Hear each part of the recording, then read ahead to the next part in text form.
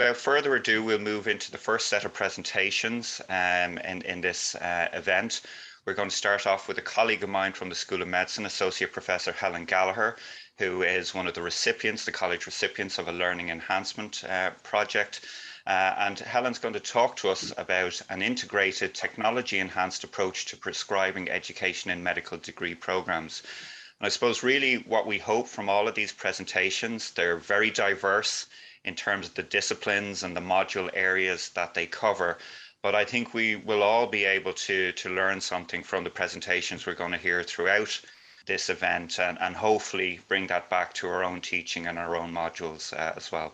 So over to you, Helen. Thanks a million. Okay, good morning, everybody, and thanks very much for the invitation to present a little bit about this project, which is still very much a work in progress. So just to start, for those of you who are not familiar, we have two main medical degree programs, obviously, in the School of Medicine, an undergraduate and a graduate entry program. The undergraduate program is a 6-year program.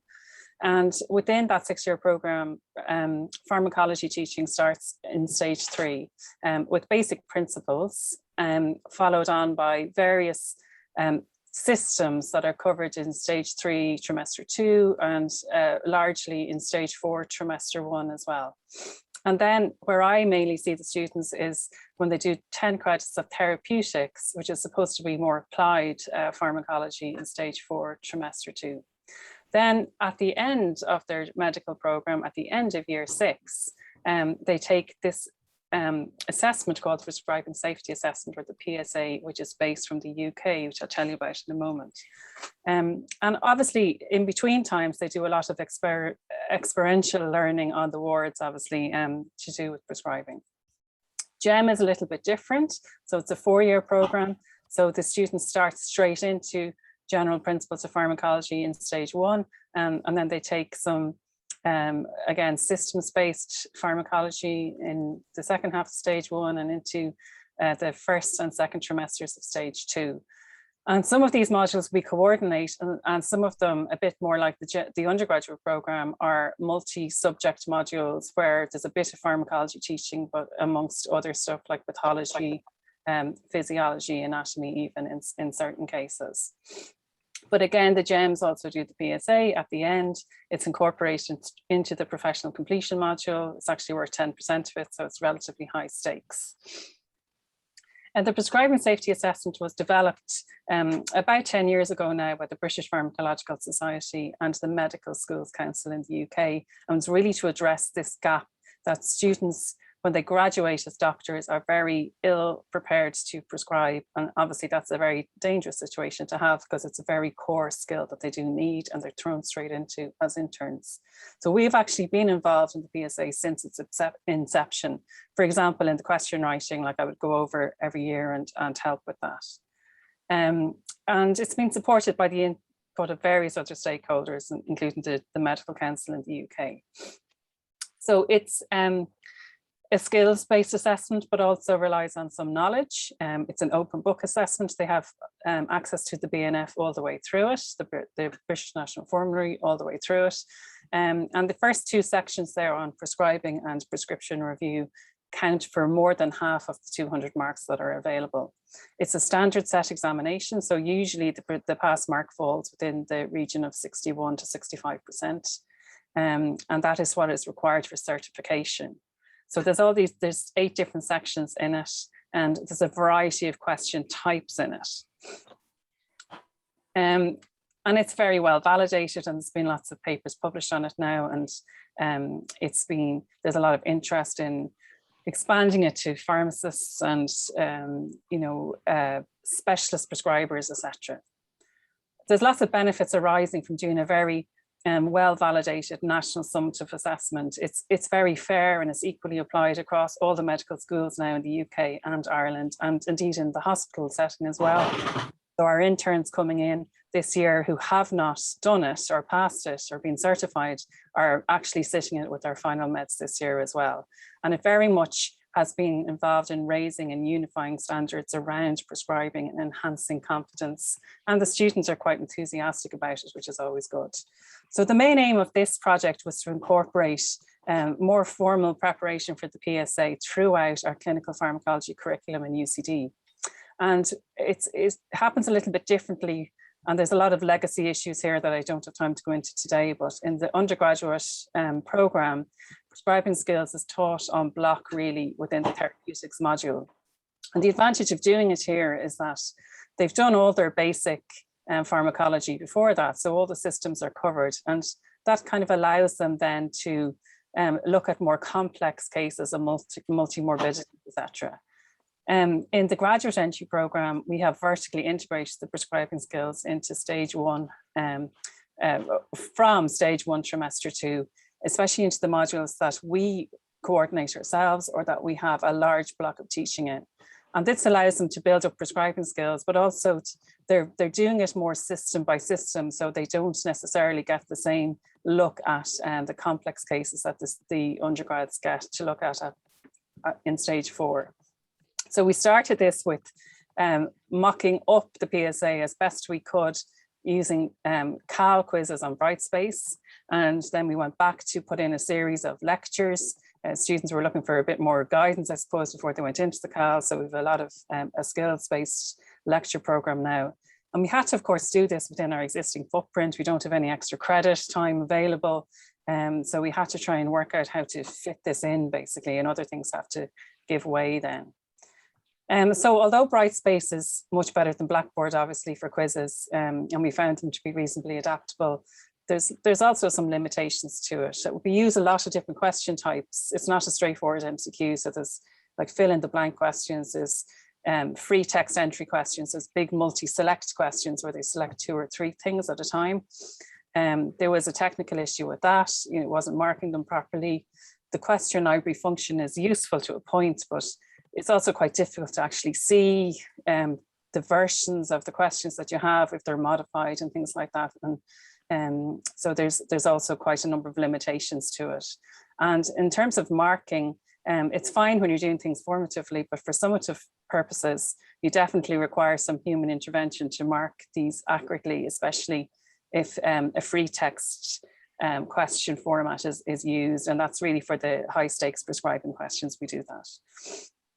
And of course, assessment drives learning. So we quickly moved from these formative CALs into a summative model. And that is really to get the students engaged, and it definitely improved engagement and enthusiasm for it. So in the modules where we have this incorporated most prominently, the students would get 3 formative CALs and a 25% summative assessment, and it's in a very similar format to the CALs they've seen, and it's also open book, just like the PSA itself. So I think it's very important that we man or supervise the CALs. So this is something that we're just getting back to now after the pandemic, and it's a much preferred, because like floating around the CAL lab and helping them and explaining things to them is really all part of this. It's not just about, clicking away by yourself in your bedroom. So we do get mostly positive feedback on this teaching overall. They just feel it's very relevant.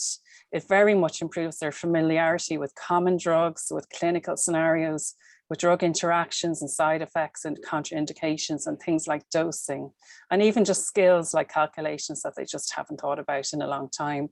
And I mean, these are the types of things that really distinguish clinical pharmacology and therapeutics teaching from the teaching of basic pharmacology to scientists. So these are the skills that our medical students need.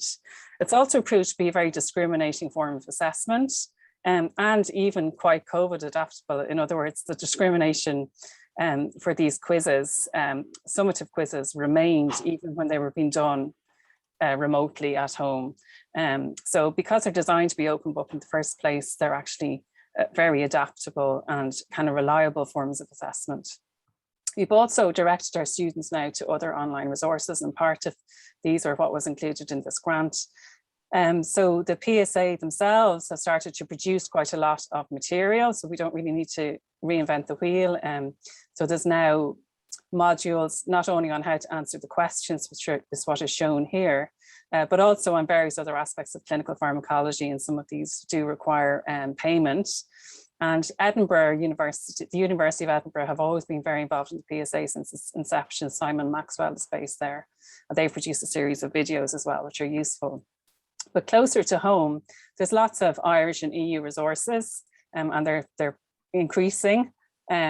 So notably, St. James's Hospital have a social media-based micro-learning site, a Twitter feed called the Medication Safety Minute. As the name suggests, it highlights important aspects of medication safety, and each one of these little modules is designed to be looked at in a minute. So it's typically 2 slides, for example. And then they collate them all together into a flip book that they update from time to time. So directing our students to resources like this, even to things like drug safety newsletters and the bulletins that come out from the National Medicine Information Centre, is very important that they know about these things. But the European prescribing exam is also now in development, so we're also involved in that. And this is really the EU's attempt to mock up the PSA themselves and copy it and introduce it more widely across the European Union. Because up to now, the British version has focused, I suppose, on Britain and English-speaking countries like Australia and Canada, etc. And one of the advantages of getting involved in this, of course, is that it may be free, and quite a lot of the learning resources that will be developed around it will also be free because it's funded by the EU. So the benefits in terms of this project, from our own point of view, our measurable output is improved performance in the prescribing safety assessment and final medicine class. We already do have a very high pass rate and certification rate from this group, but we would like to get it up even higher, I mean, really up to 98%. But I mean, aside from just assessment, our students report that they really feel by doing this program of learning, they've much more prescribing experience at the point of graduation, even though they can't legally independently prescribe, that they feel more experienced at it, they're more confident, they have more competence, and importantly, they've much greater awareness of safety issues. They're also better able to communicate to patients about their medicines. I suppose the ultimate question is whether this will all lead to better patient outcomes, and that's a very difficult thing that we probably won't be able to measure ourselves, although hopefully it will come about. So I'm going to finish up there, and I'm happy to take any questions you may have. Thanks, Helen. I'm not sure if anybody has a question. We may indeed, if there isn't one now, it can be put into the chat and the potential to answer it after the 6 presentations in this section. That's okay? Okay. So we're just going to move on to our next presenter, which is Ms. Pamela Kelly. Pamela's from the School of Veterinary Medicine, and Pamela's presentation is on the implementation of veterinary business management education using blended learning across the veterinary medicine curriculum. So I'll hand over to Pamela. And thanks very much. I'll share my screen.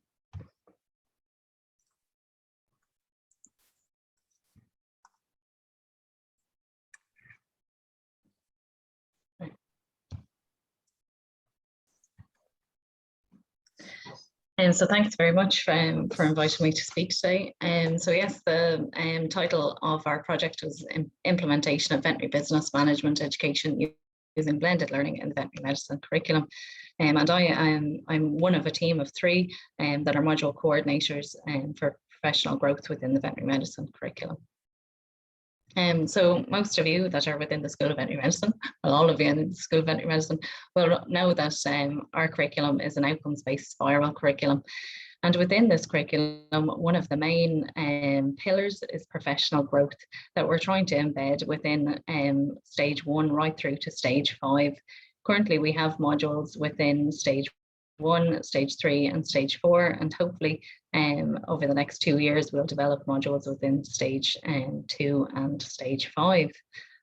The professional growth module or the modules were developed and designed because of feedback from stakeholders, and so these include our accrediting bodies such as the AVMA, the Veterinary Council of Ireland, EVE, who all said that one of the core competencies that our students need when they enter into the workforce on day one are certain non-technical and professional competencies that our curriculum currently was not covering. And similar, there was similar feedback from our employers of our recent graduates, and also from our students, both past and present students, where they identified different areas of these non-technical skills that we're wanting within our curriculum. And so we also got feedback from different staff, and then because we don't have the staff for certain areas, so we had to involve different professional groups from outside our school, such as the Veterinary Support Ireland and different business management groups. So after getting the feedback from all of our stakeholders, we developed a curriculum around 6 main areas of what are referred to as non-technical and professional competencies. So one of them is communication skills, ethics and animal welfare, evidence-based medicine, personal development, health and safety, and then finally business and finance. And it was the business and finance aspect of the curriculum that the LEP grant went towards developing. So we asked, before developing or implementing the LEP program, we asked different stakeholders within business and finance. So these were the different stakeholders. So we looked at the literature, and we looked at other courses within the UK and within America, and also within Australia, and to see what were they teaching and what was currently out there in the literature. And then we asked for involvement from different accountants that practice in small practices that cover veterinary practices in Ireland, and also different vets and veterinary nurses that are interested in or have other professional qualifications in business, finance, or marketing or management. And so we recognised 5 main areas: management styles, leadership skills, personal finance, business finance, and marketing. And so we developed our curriculum around these areas. So we wanted to use a blended learning approach, and we were very grateful that we actually started out with this blending learning approach as COVID hit right at the start, but at least we had, we're in a step in the right direction before it started. So we had started developing e-lectures, and these were to help with face-to-face teaching, which during COVID went online. But now, thank God, it's back to face-to-face teaching. And we also developed different workshops, and these are face-to-face, but during COVID times they were online. And then one of the main things that the LEP helped with was the development of interactive online resources. And so the 2 main areas that the funding helped with were the development of workshops and then the development of interactive online resources. So the program that we used to develop the online resources is Articulate Storyline, and this is a relatively easy to use. It takes a small bit of effort to start off with, but it really pays off. It's very similar to PowerPoint if anybody wants to try and use it. And it allows you to develop these interactive resources that you end up getting like a web page that you can embed in Brightspace, and it is really interactive. So we developed different resources around personal finance, business finance, and marketing using this software. So I'm just going to show you a short video of one of the personal finance aspect. And so you can see that the students can use either the menu on the left side, or they can use the arrows down on the right corner to navigate their way through this resource. We have split it into 4 different areas: personal financial budget, managing debt, tax and banks.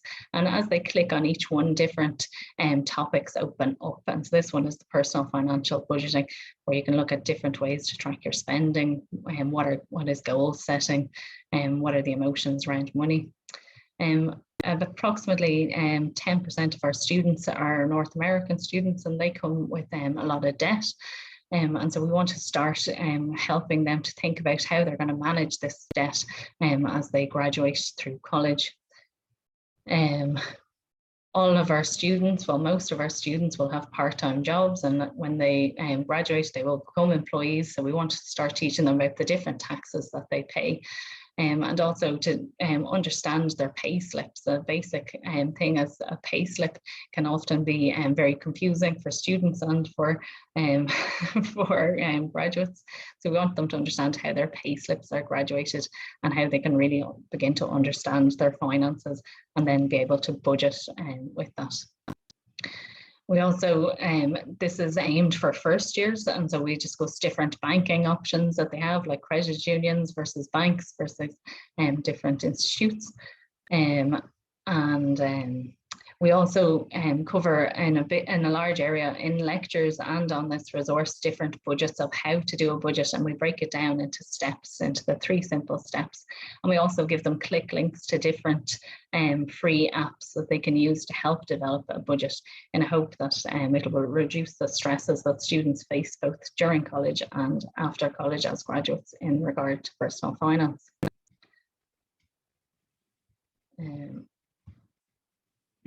So then the workshops. So the workshops are really important, and in the later years, we're merging veterinary medicine with veterinary nursing students within these workshops. And it's really important when you see the students, the veterinary nursing and veterinary medicine students starting to work together to develop their interprofessional communication skills, as they will be working in clinics together, and they will have to understand each other, both in terms of their roles for the care of animals, but also their roles in business, and to understand that often nurses take on a larger role in the care of the business than the vets do.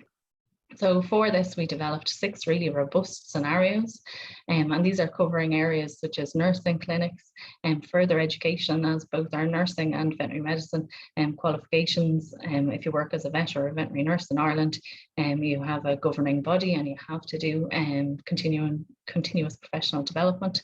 And also people want to become more specialised. So it's to understand the financial implications of doing things like that for purchasing new equipment and then for setting up new clinics. And so this is just a presentation from one of the workshops that the students gave last year. And while in the current curriculum, we teach them about the benefits of digital x-rays, but we don't really discuss the financial implications of certain equipment, and especially that we're private practitioners in general. And so this is one of their presentations, and you can see that they discuss the basics around the benefits of x-rays, digital x-rays, and the disadvantages. But they also start to think about the different financial advantages and disadvantages, and then how to forecast how are they going to pay for this machine, and how are they going to market it for the clinic, and to understand then when they go into practice why their boss might say no, we can't have that machine, and to understand the financial implication. Or if they want to get a promotion, to understand the financial aspects that their boss will be requiring.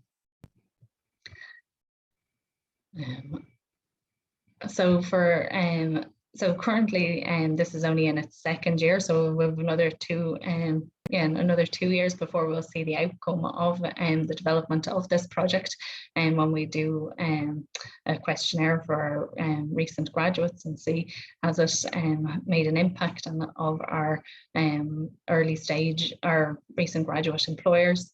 And over the next 2 years, as I said, we're going to develop this module within stage 2 and stage 5. And then once it's within the whole curriculum, we'll be able to adjust it and embed it properly within the curriculum. And it'll be really interesting to see what the outcome is. So that's it, and I'm happy to answer any questions.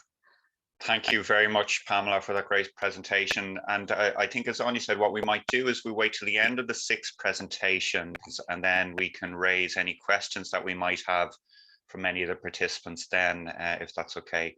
So we might move on to the 3rd presenter in this opening session on the Learning Enhancement Projects, another colleague from the School of Medicine, Dr. Tom Flanagan. Tom is going to talk to us today about conquering neurophobia using Axon, an interactive multimedia resource for enhanced understanding of neuroanatomy by medicine. So over to you, Tom.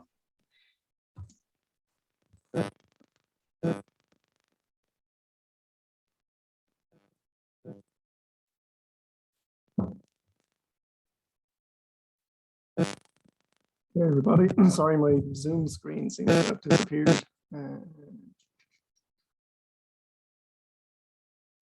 Okay, can everyone hear me anyway in any case? We can hear you, Tom. There seems to be a little bit of feedback when you talk there. We didn't have it earlier, but Okay, 1 second. I'm just going to stop sharing and reshare. Sorry about that.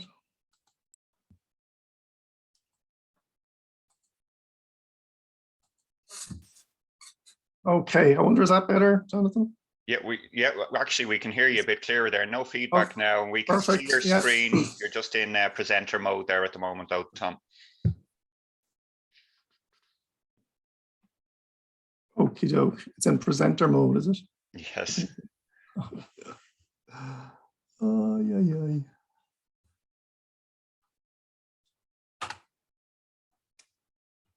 Okay, sorry about this.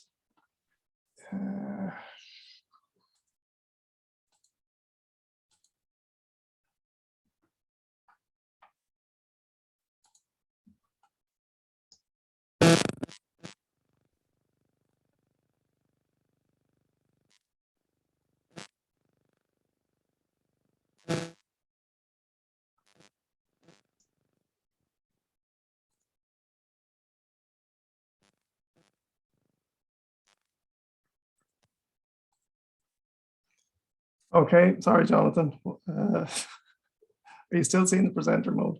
We are, Tom, but if you're happy to go with that. Well, I have videos, so I'm not sure how that'll. What I'll do is I'll actually pop it up. I'll share my screen up here instead.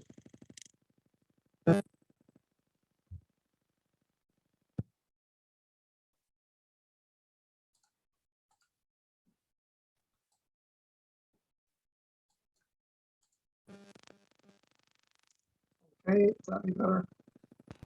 Sorry about this, guys. Still presenter mode, Tom, I'm afraid. Tom, if you unclick the presenter mode in the PowerPoint, I think it works. If you go back out, there's at the top there on the tabs, there's presenter mode. Yeah. But there, to see the 3 circles, I think you can do it here in those 3 dots. High presenter's view, you know, and then slideshow. Yeah.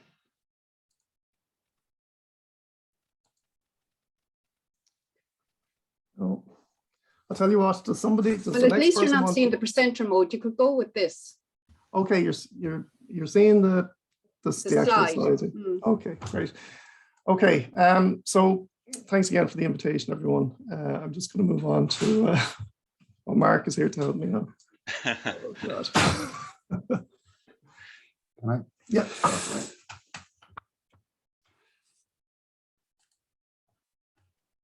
great to have technical support next door, Tom. Yeah.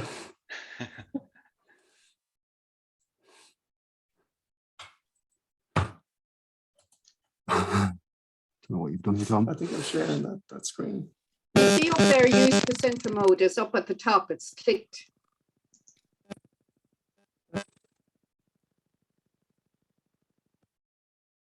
Yep, there you go. Okay. Perfect.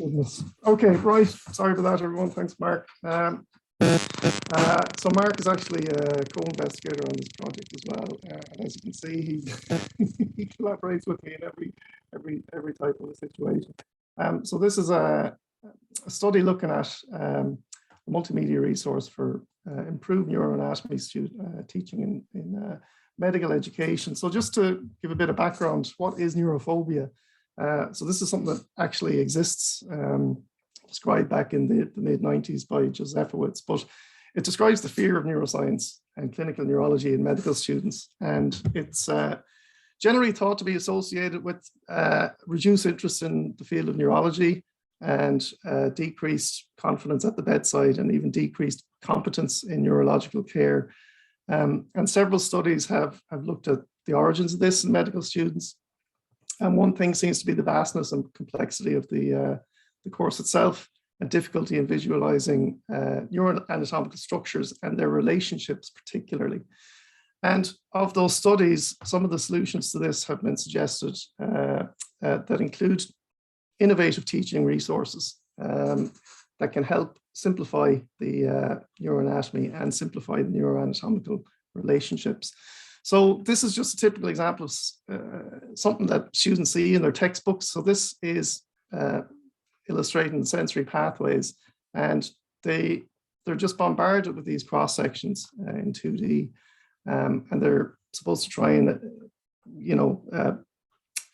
configure some kind of a neural impulse through these types of sections, and they're not really conducive to learning or to even teaching for that matter. So a few years ago, we decided we'd try and animate this in a resource called Axon, which we developed as an interactive learning resource online, and also created YouTube videos for this purpose. And just go through really quickly, you basically have a virtual character here, and you stimulate that virtual character at a particular point in the body, and the students can work their way through the resource, but it animates that neural pathway. So it gives them some 4-dimensional information, but it brings in those sections that they see in their textbooks as well. Not only that, they can simulate that virtual character at various places, and they can simulate it using various sensory modalities. So they can look at a whole range of sensory input and the pathways of that sensory input through the peripheral and central nervous systems. So that was fine. And for this learning enhancement project, we basically wanted to expand this. So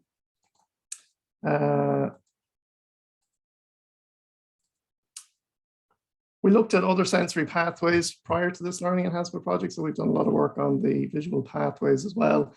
And for this learning enhancement project, we wanted to focus on the motor pathways. And we did all of that work online during the early pandemic. And we considered afterwards, when we had this done, this was all great for online and for COVID. But we thought, when we come back to face-to-face teaching, students are going to be too dependent really on e-learning resources. So we thought, how can we actually make this a true interactive physical resource and really expand the notion of multimedia? So could we bring this to life as a physical model? And the answer was yes, we could. So how do we do that? Well, we got the images that were beautifully created, and I forgot to mention her earlier, stage 3 medicine student Carol Chan, who did all the illustrations for this resource. So she's Dr. Carol Chan now, but because she had them done in vector files, we were able to convert those images after tidying them up a bit to import it into CAD software like Tinkercad here, and you can create a 3D image from that. So this was just one example of the images we brought in. We tweaked it a little bit in Tinkercad, and it allowed us to create a 3-dimensional structure that could be sent to a slicer software to 3D print. So that was creating an STL file.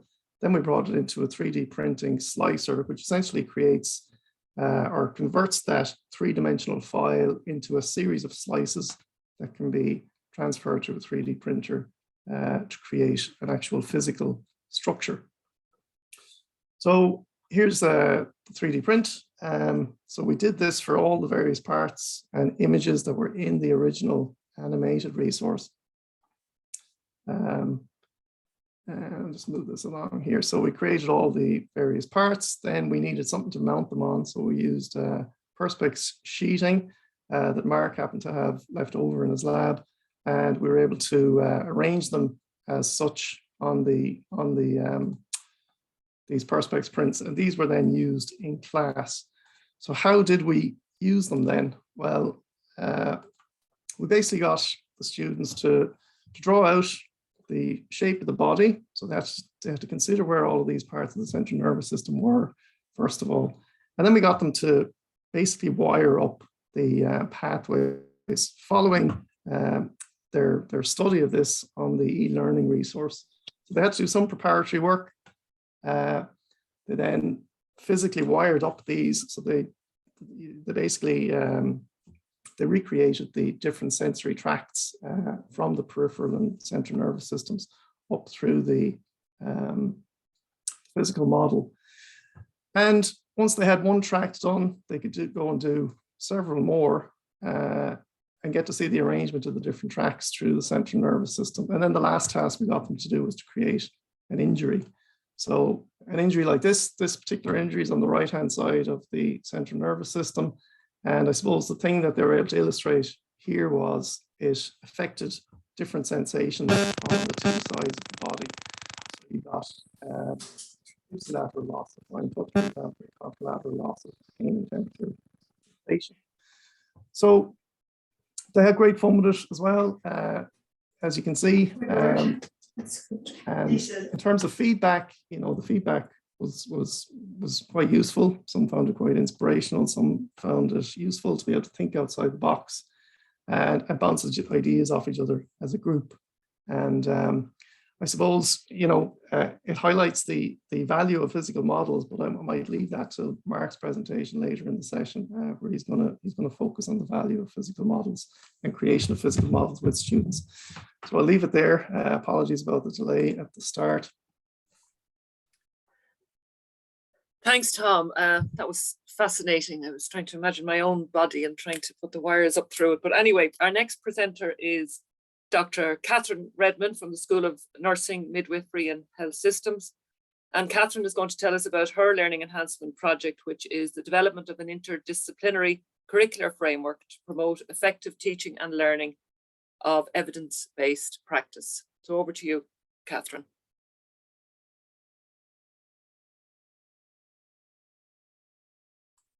Catherine, are you there? Or maybe you're on mute.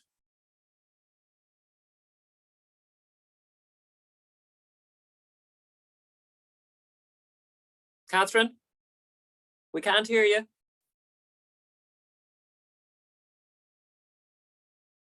Catherine, you're on. Can you hear me now? Yes. Okay. Now I can hear you. Okay. Thank you.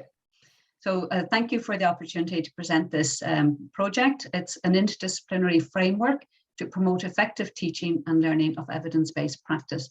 And I'm speaking on behalf of a group, and we've called ourselves the EVIBEC group. So this group is an interdisciplinary group. We're coming from the schools of nursing, from the School of Medicine, School of Agriculture and Food Science, School of Public Health, Physiotherapy and Sports Science, and Health Sciences Library, and Veterinary Medicine and Veterinary Nursing. So there are 8 of us in total, and we've had a great time developing this project. Our key objectives were to develop meaningful collaboration with key stakeholders, including students, academic and clinical colleagues. So we arranged a set of workshops with these key stakeholders and designed our framework using their collaboration. While we know evidence-based practice is core for all our health professional programs, it also helps develop student higher order skills and 21st century graduate attributes across the curricula. We wanted our framework to be interactive and appealing, so we have used different platforms, and we have now going with the Padlet platform to allow this interactivity. So evidence-based practice is defined as the integration of best scientific evidence with patient values and clinical experience. And as I said, it's a core fundamental element of all health professional programs that professionals must be able to gain, assess, apply, and integrate new knowledge into their practice. And therefore, the curricula to deliver these must be grounded in the evidence-based practice approach. And there is a 5-step model that has been advocated to the teaching and learning of evidence-based practice. So this 5-step model is looking at the competencies that the students need to be able to become an evidence-based practitioner. So it is the 5 A's, the competency to be able to ask an answerable question, to be able to acquire the best evidence, to be able to appraise that evidence critically, to apply that evidence in clinical practice or in another relevant context, and to be able to assess that evidence and to assess the performance. How did it go? So this was the model that we were going to use as a basis for our framework.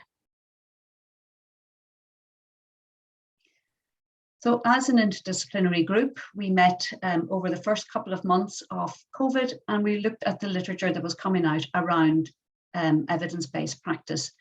And in 2018, there was a very seminal article published where there was a consensus statement reached on the competencies that were necessary to become evidence-based practitioners in healthcare. And it was endorsed by most of Europe and from Australia. And they came up with 68 core competencies that were required in a programme. In 2018, at the end of 2018, in Ireland, the National Clinical Effectiveness Committee also commissioned a report around the same area and endorsed these competencies, so with very minor changes. They also had they also advocated that these core competencies should be linked to learning outcomes. And this is what we were hoping to do, to look at the learning outcomes that were now required now that the competencies had been delineated. They also advocated an interprofessional focus to teaching and delivery of the core common components of evidence-based practice. So as an interdisciplinary group, we were meeting this requirement. They also wanted to see a sequencing of competency indicators. And again, when we were looking at our framework, we wanted to see how we can embed this framework. So it was a vertically integrated framework from stage 1 right up to the end stage of all our programs, both undergraduate and postgraduate programs. And one of the other things that they advocated was to look at clinically contextualized, interactive and multimodal teaching and learning strategies to meet these competencies. So for this, we needed the cooperation and collaboration of our students to see what kind of learning activities would they advocate to meet these competencies. So initially, when we were looking at the competencies of under the main domains of the 5 A's, which are along the top, we used Bloom's taxonomy to help us develop a framework, this taxonomy of cognitive levels. So when we were looking, this is a very early model of what we were looking at. We thought under ask, one of the knowledge requirements would be to define different types of clinical questions. However, as we got more and more into it, we realized we could have 10 or 12 indicators under the knowledge, and the same under comprehension and application. So as we went through, it started to grow in size, and we realized it would have to be hosted on a platform and would have to be interactive and be allowed to be built upon and dynamic as other people suggested different learning activities and different indicators for each of these competency domains. So this is what our interdisciplinary group was doing at the beginning, was meeting regularly, looking at the literature and coming up with some idea of what our framework would look like.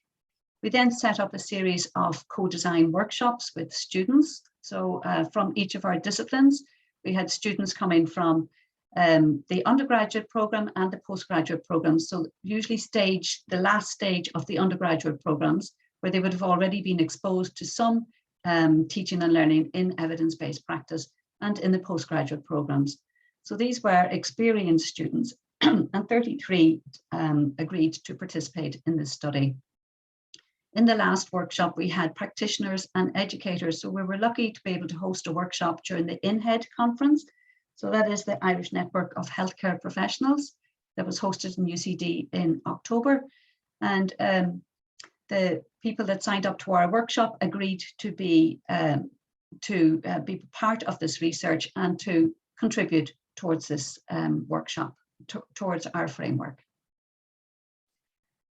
So the 4 workshops had very specific purposes. In workshop 1, we were trying to get the students really to get into the headspace of evidence-based practice.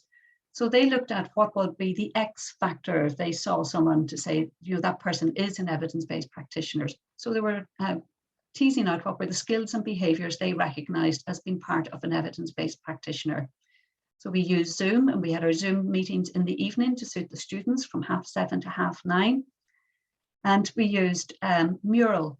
So we were able to put them into small groups, and they could all look at the same whiteboard, because that's a collaborative whiteboard, and see what each other were doing. So they were using Post-its to put up what were the skills and behaviours they saw. And then they worked as a small group to discuss these. And they looked at what would they think would promote them in acquiring these attributes. So this was a very interesting one where they came up with different activities, just for introductory activities that might help them gain some of these skills and behaviours. In workshop 2, the students started to examine the key components of the 5 A's themselves. And this was the most powerful workshop that we held. So I'll show you another slide of what it looked like and the work that the students developed. What they developed was verified and added to by each group. So I'll show how that process worked. In workshop 3, they then looked at identifying their 10 most important key learning activities. So each group came up with learning activities that they found were most important for them to meet any of these A's. And they did a sales pitch for these learning activities. And then they mapped these to different program stages, ones that they thought should be delivered early in the program, in the middle of the program, or at the end of a program. And workshop 4, as I said, was part of the INHEAD conference. And here practitioners and educators brainstorm on how to implement and disseminate the framework from clinical practice into different programs and from local to national and international settings. So again, we got some very good ideas from these participants of how to progress further. So this is the mural page from the workshop 2. And this is the one I said was very powerful. As you can see in the center of the wheel, we have the 5 A's. So students were allocated, were put into small groups and allocated to an A. So if they were in the Ask A, they started in the outer segment of that wheel. And those students put down what they thought were the knowledge and skills needed to be able to ask an answerable question. And they used Post-its and they discussed among themselves, and a facilitator was in each little room and wrote down anything that wasn't captured by the Post-its. Then after, say, 10, 15 minutes in that workspace, they moved to the next A. So they moved to acquire, but they moved to the second level, and they were able then to see everything that the first set of students that were in that space had written. So they started to explore what the students before them had written, and they either added to it or split it into 2. If they thought perhaps this was both the knowledge and the skill, they would separate it out. So it started becoming more and more rich as we moved in. Then the students moved to the third room. And again, now they could see 2 sets of A's in front of them, or 2 sets of students that were talking about a praise in front of them, and they were able to read all these Post-its. And here they came up with very rich data. Now, much less as you move in, because mostly everything around a praise had been captured by the 2 earlier groups looking at a praise.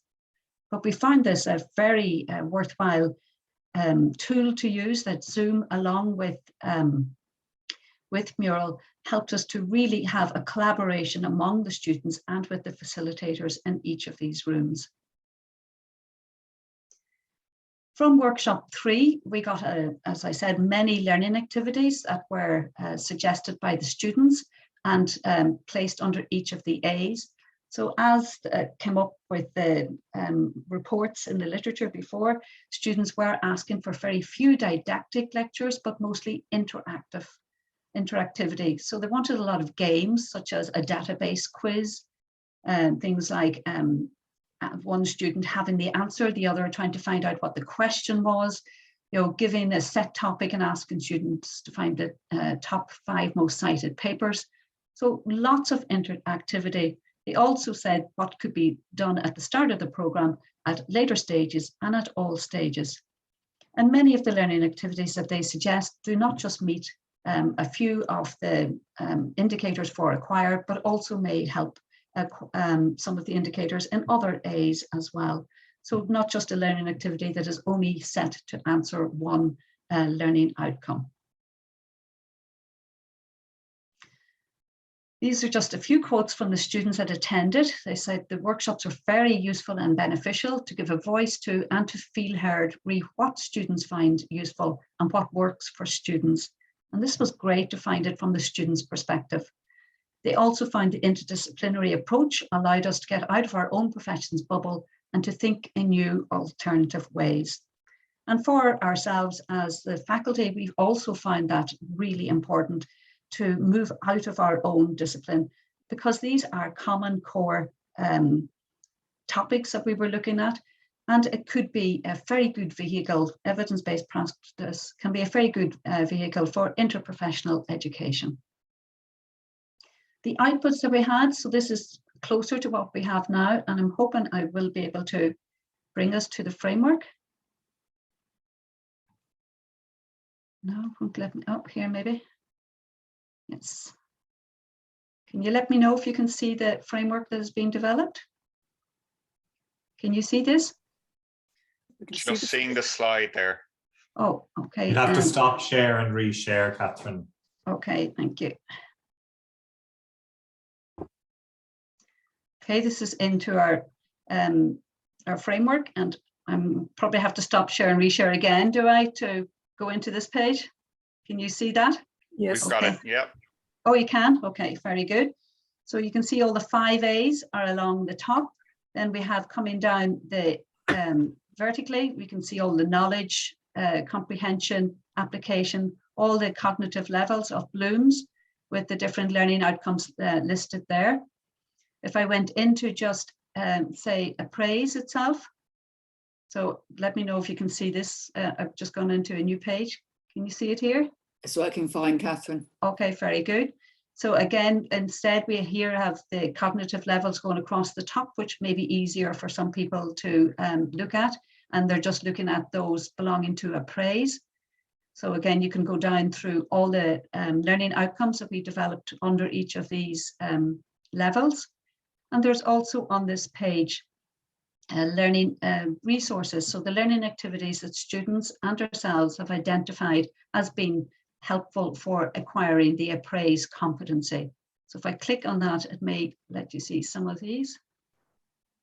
And again, can you see these ones?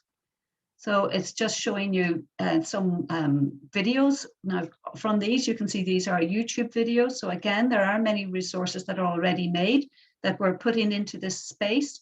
We're asking anyone that uses our framework to also add activities that they find very helpful. So there will be a page for this to be dynamic and open that anyone can add activities to, and then we will put it into the correct section of the framework. So we are populating this currently with all the activities that our 8 members are using, but it's been a real ongoing process. And we're learning a lot as we're going through of how to have this platform. And we're hoping to be able to host this Padlet page on another website to make it nationally available to everyone and hopefully have international collaboration as well. So if I stop sharing this and go back to my the rest of the okay, sorry. So some of the other outputs that we've had, we have developed a promotional animation for this framework so that people will go to it. And if I can show you that, can you see this? We can, yes, Catherine. Okay. Might want to enable the sound so when you're sharing your screen. Okay. So do I have to stop sharing to do that, Deirdre? Sorry. Yeah, you do. And then when you share again, a little box will come up, a dialog box. You just tick the box to share sound. Share sound. Oh, yes, thank you. Okay. Is built in all practitioners from the day they start their programs. As an educator of health professionals in an academic or clinical setting, you will want to ensure that your students are developing the knowledge and skills to make a difference to improve patient care. Okay, so it's just a short animation of about 2 minutes, and it brings people into our Padlet page and into the QR code if they would like to go in through it that way. We've also been, as you can see, tomorrow we're hosting a national forum, practice exchange of innovations and evidence-based practice. So that's on from 10:30 to 1:30 tomorrow. And that will allow us to have great collaboration with those key authors of the publications that I put up earlier. They're attending this conference, and it just will allow us to progress further with this project. We have presented at an international conference and have developed 2 posters. And there are also many process outputs so far.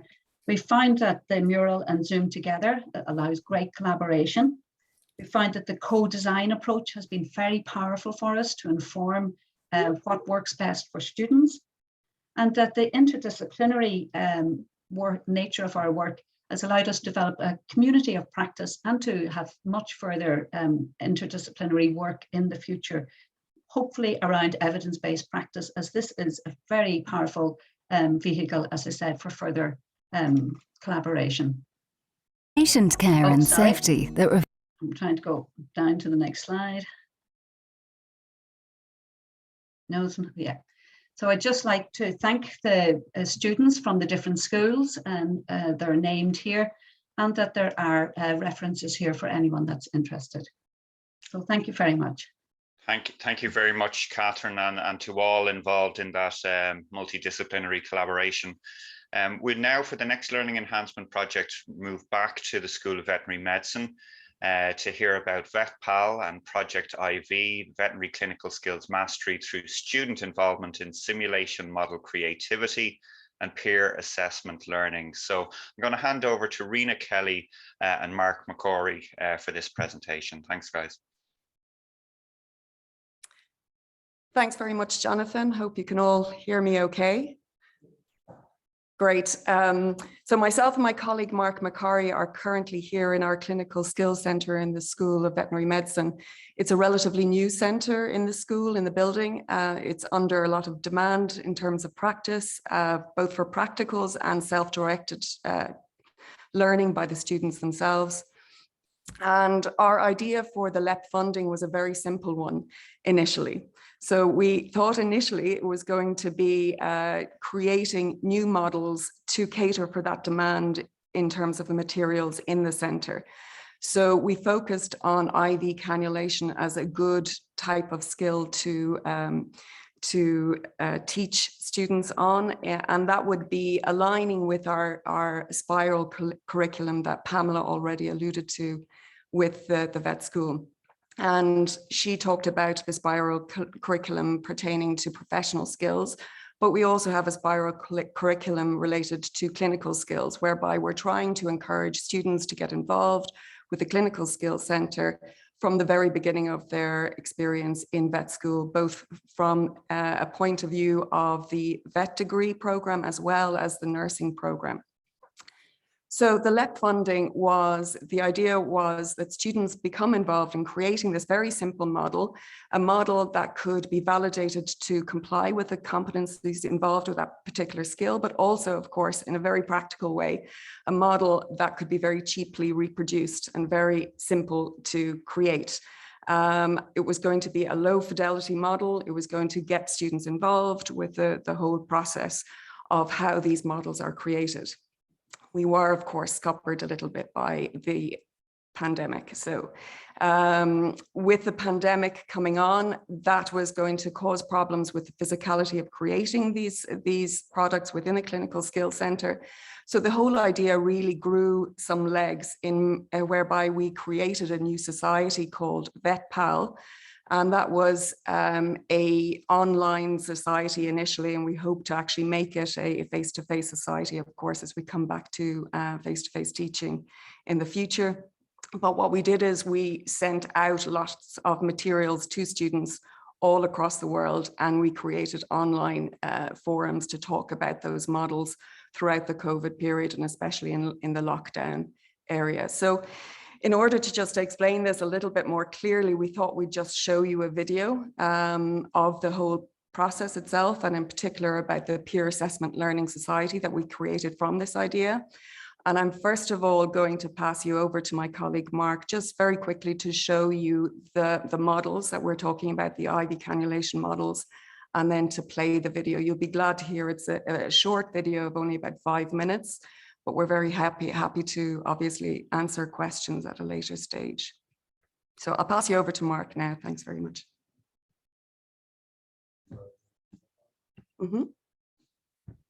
Thanks, Rena. Yeah, great to be here today and some fantastic presentations. So as Rena said, I suppose we started off just trying to create something that we would do in-house, and then with COVID we had to go to an online environment. But I suppose just to give you an idea, of what we kind of have in the room. Like this is our current kind of IV model that we would use in the room. So it's quite big, and obviously you need to be in the room to use it. So the idea was to try and create something then similar to that could be then posted out to students so that they could still kind of use and practice clinical skills in the home environment.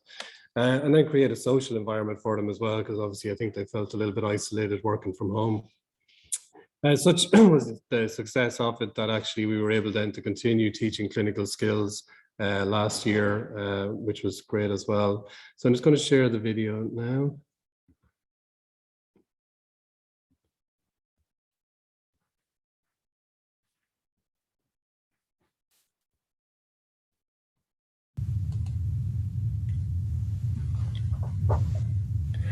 Hello, my name is Mark McCurry. I'm the Clinical Skills Tutor in the Clinical Skills Centre in the School of Veterinary Medicine in UCD. Hi there, my name is Rena Kelly and I am a vet who teaches small animal surgery here in UCD's vet school. Our project last semester was VetPal, and that stood for Veterinary Medicine and Veterinary Nursing Peer Assessment Learning. The idea was for students to teach other students clinical skills via Zoom. So the Clinical Skills Centre is located on the ground floor in the School of Veterinary Medicine, and it's heavily utilised within the Veterinary Medicine and Nursing programme. So we run practical sessions in here, and it's also a drop-in centre for the students to come in and practice and build on their clinical skills. Due to COVID, numbers have been restricted. So once we knew that we had to run this project online, then we had to figure out what were the most appropriate and relevant clinical skills to teach. We decided upon instrument identification and handling, suturing, clinical exam, and IV catheterization. So because the required equipment was going to be used off campus, this had different health and safety concerns that required approval at campus level.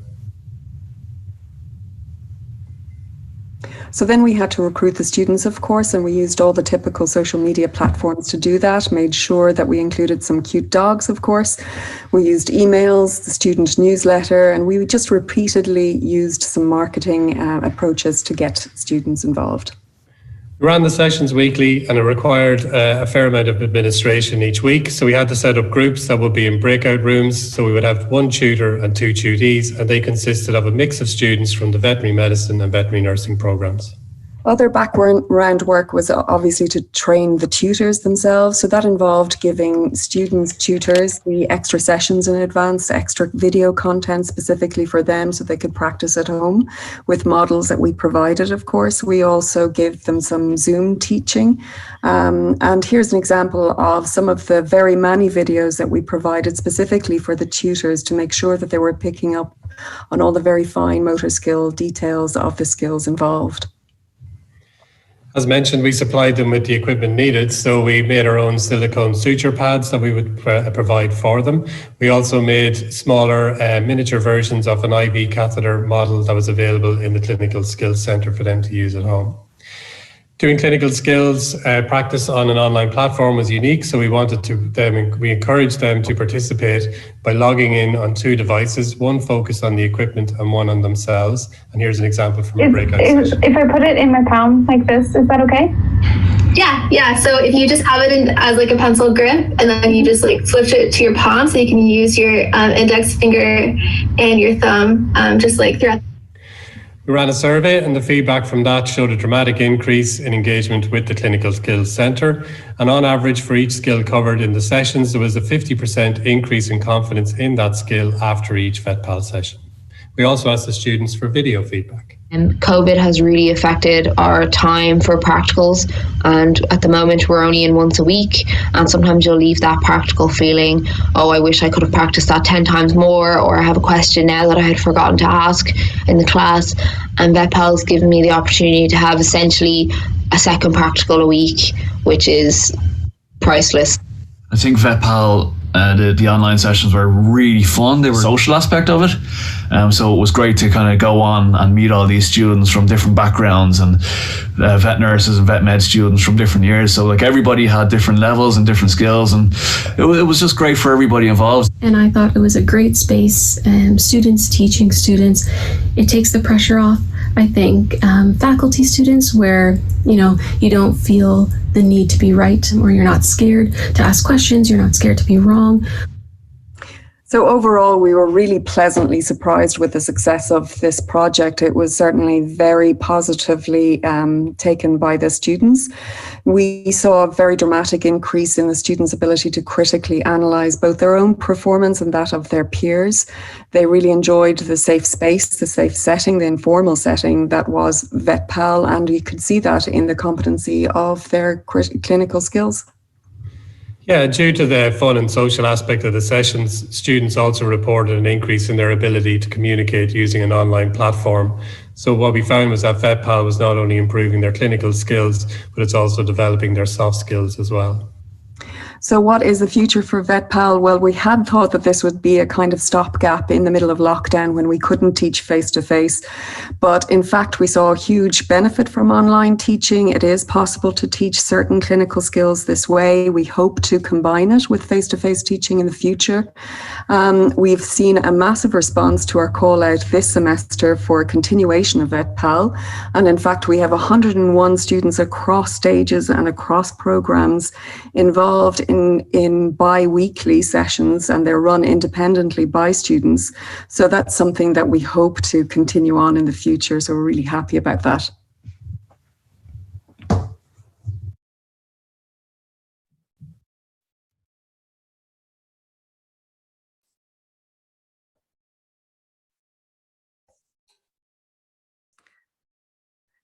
Thanks, guys. I think that probably tells you a little bit about the project as a whole. And to finish off by saying, actually, it's gone up to 155 students currently. So from an idea that was very simple to create a particular model to teach them to be involved with the process of creating those models and to understand the very fine psychomotor abilities involved with it, we've created a society which is incorporating lots of different skills and is sustainable, I think, going forward across different programs, and has been really welcomed very much by the students. I think they're just itching to have more face-to-face sessions and to really capitalize on the social element of it as well, because the students run it themselves and they really enjoy it as a way to learn these competencies. So thanks very much. We're certainly happy to answer questions later. Okay, thanks, Mark and Rena. We're moving on to the next presentation, which we're going back to the School of Medicine, and it's Dr. Mark Pickering who's going to tell us about the interdisciplinary student-led design of innovative 3D learning tools in human anatomy. Hi, folks. Thanks very much. Hope everyone can hear me. So this is a project that involved myself, obviously, and also Tom Flanagan, who we heard from earlier, and also Owen O'Carroll in the School of Mechanical and Materials Engineering. So this is a real cross-disciplinary project, which hopefully I'll kind of explain the importance of that in a moment. Now, just like any good story, our story is going to need a hero. And just like any good superhero movie, we need to start with the origin story. Now, don't panic. I'm not claiming I'm the hero. The hero of this story is the idea that education is a collaborative endeavor. Now, we teach human anatomy, and we teach human anatomy to medicine students, but we also teach it to a variety of other students, and that includes engineering students. And each of those sets of students has their own needs and their own kind of their own educational background. And that means that their approach to learning the three-dimensional structure, which is essentially what anatomy is, it's all about 3D relations, is going to be slightly different. Now, there are lots of different approaches that are used in human anatomy. Obviously, we have cadaveric dissection, and there's also the use of anatomical models. And a few years ago, we started a program of taking in medicine students during the summer, we'd bring them into our lab and we'd kind of teach them the basics of 3D printing and manufacturing, and get them to actually manufacture a learning model, an educational model that could be used in anatomy teaching. And these are just a couple of examples here. These are sort of ones of the muscles of the face and the neck. This is another example which I quite like. This is a model of the brainstem. And inside it is the nuclei of the cranial nerves. It's got this extra little party piece where if you submerge it in water, then the nuclei become a bit more transparent. So this is essentially a collaboration between us as educators and the learners themselves. And a really interesting thing came about. This is just one more of these models, and this is actually the first one that was produced as part of this program, which actually used to be a bit more interactive and used to light up, but then the student left with me and I broke it. You'll see that's a bit of a recurring theme. And in this case, what was interesting about this is not the model itself, but it was talking to the student who made it. Because when I was talking to her about the process and all of that, and I asked her about it, so this was entirely her design and her idea. And what she said to me really kind of struck a chord, because she said what she was trying to do was to create the model that she wished she'd had when she was learning this material. So that was something that really struck with me. And when they said that, I kind of knew we were onto something interesting here, by getting the students to actually create their own learning resources. And this is actually something that we use with some of our other students. So Tom Flanagan used to coordinate a module where we would teach anatomy to engineering students. And as part of this, as part of an assignment in this module, students had to create their own educational models, essentially as an assessed assignment. And this is one of the examples, and you can see this is obviously the skull here, and we've got some LEDs, and this has a nice little party piece. And this model is particularly useful for demonstrating lesions in the visual pathways. What it might lack in sort of detailed anatomical accuracy, it makes up in interactivity. So this is a really nice model, and this has sort of proved really popular with students when we've used it with them. So this is just one more example of the project made by engineers, and this is just showing the interaction of actin and myosin in muscle contraction. This also used to have really nice sort of lighting up components, which I also broke when the students left it with me. So again, I am clearly a negative as part of this whole process. So we found our medicine students were creating a set of models, and the engineering students were creating a set of models, and they look different, right? And this isn't surprising, because medicine students and engineering students have different backgrounds. They have different ways of approaching a problem, because of course they do, because they should. And as a result, they have different takes on the same problem. So our whole idea was to actually get the students to work together, get medicine students and engineering students to work as a team to tackle the problem of creating educational resources, creating their own educational resources. We wanted to give them as much freedom as possible and allow them to use their own knowledge, their own experience, and their own perspectives from their different disciplines, put them together and make something useful. And this was our plan. We would pair off medicine and engineering students. We then bring them into our 3D printing facilities and sort of show them the equipment, give them access to what we had, and then task them with both designing and implementing a new educational model. And I don't know if you're familiar with this, but you may have heard of this. We had a little incident in the last couple of years with coronavirus, which of course made things a little difficult. By the way, that's a 3D printed model of the coronavirus itself, because of course I'm going to use a 3D printed model here. This really scuppered things. So initially, in the early days, we kind of postponed the start of this, and then we postponed it again, and then it became apparent we weren't going to be able to have students in.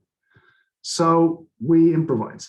And what we did was, rather than sort of taking students in and giving them access to relatively high-end 3D printers, we just bought a load of really cheap ones. And this is a whole stack of cheap 3D printers and materials for the 3D printers sitting in my office.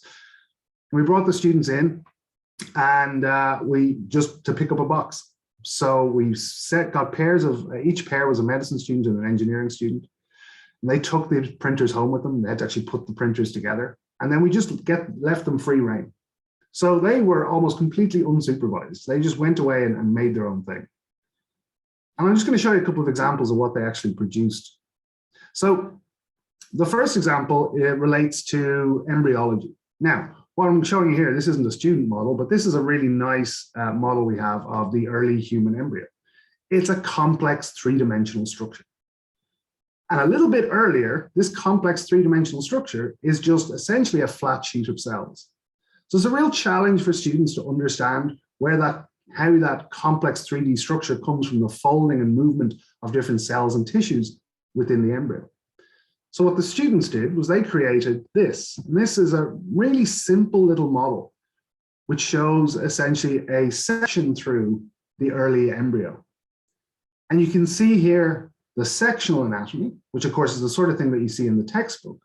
But what you can't normally do in a textbook is take the same thing and look at the different sections in different perspectives. I'm going to show you one more example that they produced, and that's this one here. And here we have a nice little model of a brain, and it's, you know, you might look at this and go, that's kind of nice, it looks like a brain. I guess that's accurate. Not entirely clear why it's blue. And the reason why it's blue is because they produced this in a transparent material. And this gives you an interactive element, because the model that they actually produced has lights inside it. And as you activate each of the 3 different buttons on it, that model will illuminate the territories of the 3 major cerebral arteries. So this allows students to kind of combine the overall sort of anatomy of the brain itself with the vascular anatomy underneath. So overall, it was a success. So I think we kind of salvaged something out of, you know, the jaws of defeat. We slightly panicked when we realized we weren't going to be able to get students in, but I think it actually worked quite well. So what did we learn from this, and how are we going to use this going forward? So talking to the students who took part in this process, one of the key messages was that they really enjoyed actually working across disciplines, right? The medicine students and the engineering students just enjoyed working together, and they learned from each other. So we're going to try and continue that. And actually, myself and Tom recently been in discussions with the Innovation Academy, and they have a new makerspace. So we're looking at possible ways to bring students together, potentially in a sort of a hackathon type session, to get them to come in and design new teaching resources in collaborative cross-disciplinary teams.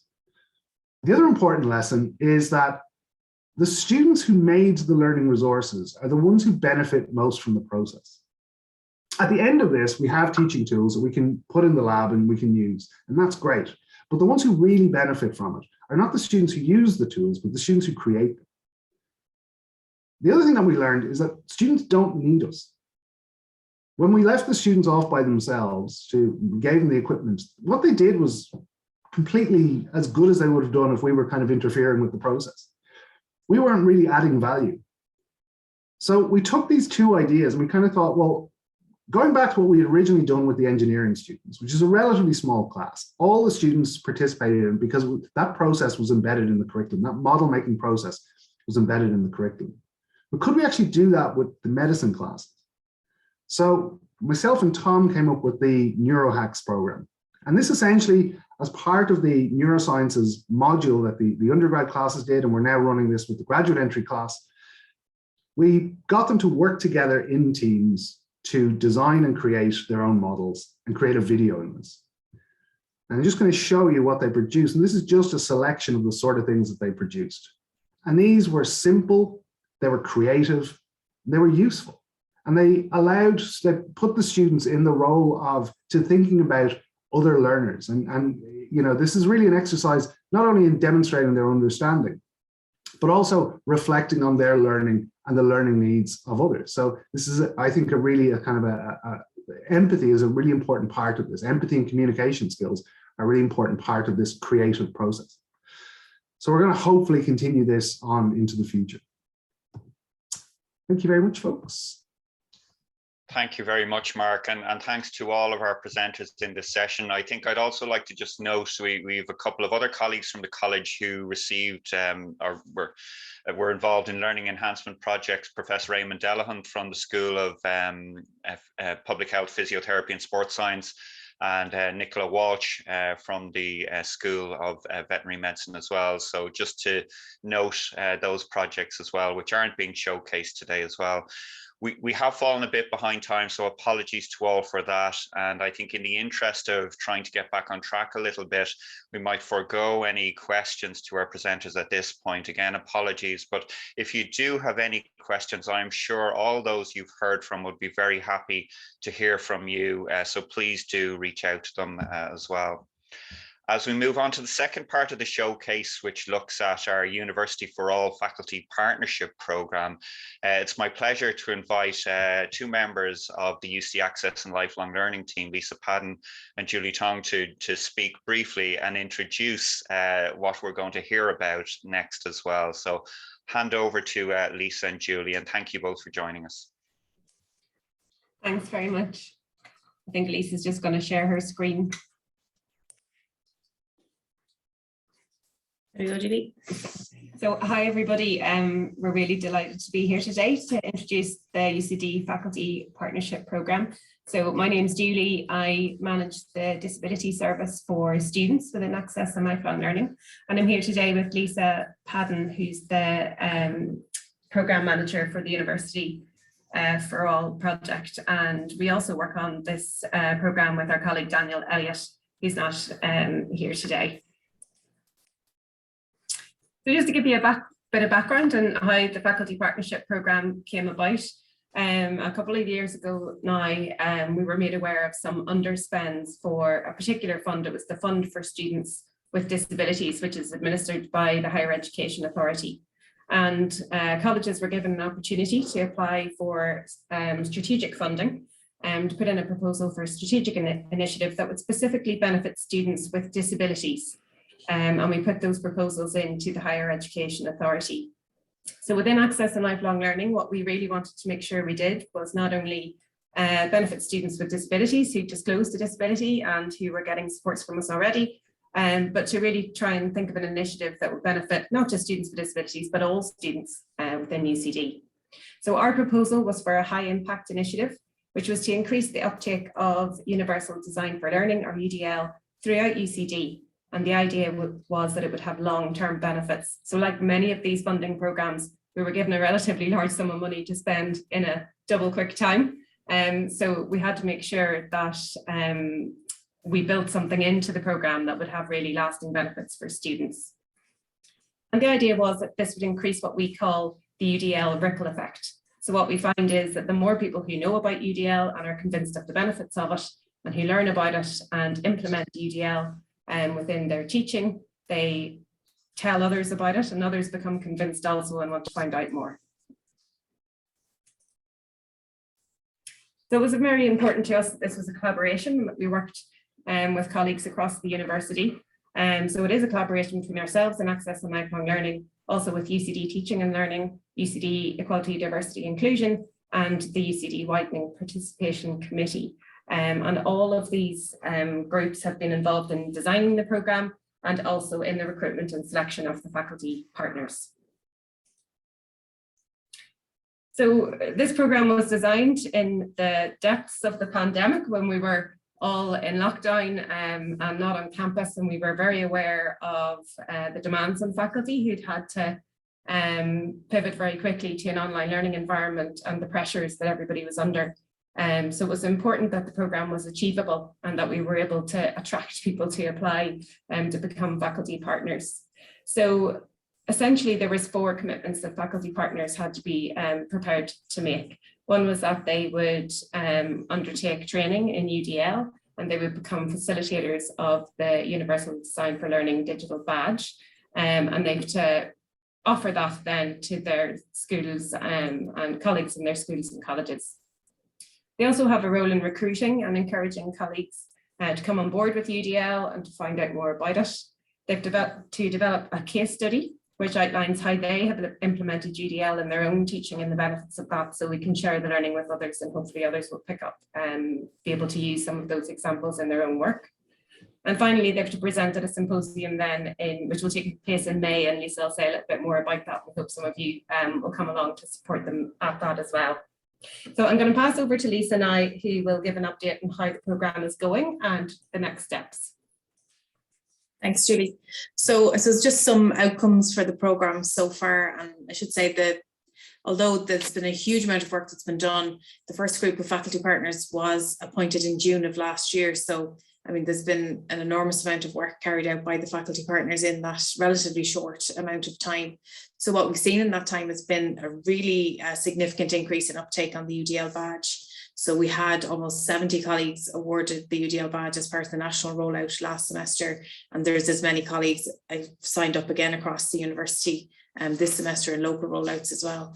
And we have definitely seen an increased awareness of universal design for learning in the university in general.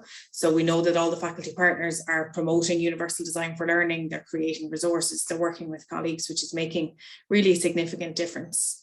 And most of the faculty partners are going far beyond the requirements that Julie laid out in terms of what we asked for as a commitment from faculty partners. So, I mean, that's been fantastic just to see all of the creativity around the work that they're doing. We've definitely seen an increase in invitations for our centre to provide additional training on things like disability awareness, inclusion and access more broadly as well. And the faculty partners have made really great and significant inputs to the university for all workshops we've done in that period of time as well. We've seen really great collaboration between faculty partners and our widening participation reps, which is broadening out that focus on access and inclusion as well. And they're part of the local change teams in different colleges and programme areas as well for the University for All initiative more broadly. And we've definitely seen increased interest from professional colleagues as well and support colleagues that maybe don't feel the UDL badge applies to them because UDL is very much focused on teaching and learning. So we have a new badge in development at the moment, which is Universal Design for Student Supports and Engagement, which will be relevant for everybody across the university with the focus on the student supports and services in UCD. And that's a national project, again, part of the National Forum Professional Development Framework, which the UDL badge is part of as well. So in terms of the next steps, as Julie said, we're going to start publishing and disseminating the case studies. So that will be done later this year in the autumn. And there'll be two strands within those case studies. So one will be universal design for learning implementation in teaching and learning, but the other one will be leadership in universal design for learning and how our faculty partners really have moved the dial, so to speak, in terms of uptake of UDL and inclusion training across the university.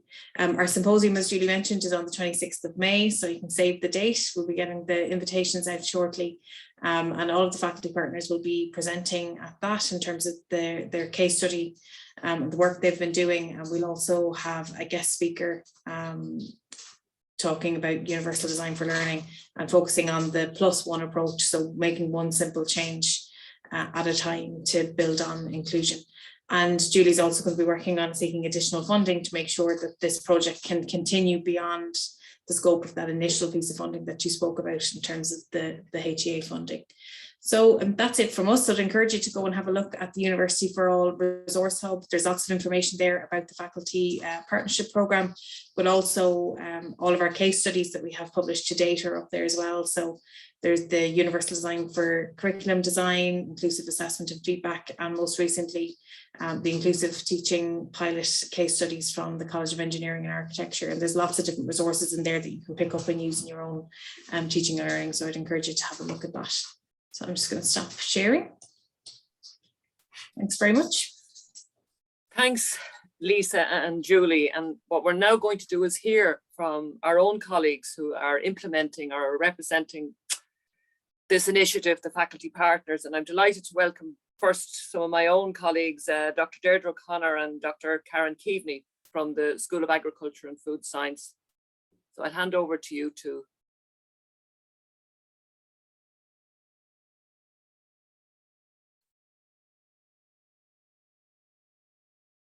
Deirdre, are you on mute? Mute even, never mind mute. Are you on mute? Sorry, rookie error there. Just myself and my colleague Karen Keaveney, who's the other faculty partner in the School of Agriculture and Food Science, we're just going to do a very much a double act, a very kind of quick double act on that. So we just want to start off by just outlining really very briefly like our own rationale for getting involved in this. Then we are just going to, sorry, talk a little bit about how the process is underway in the school.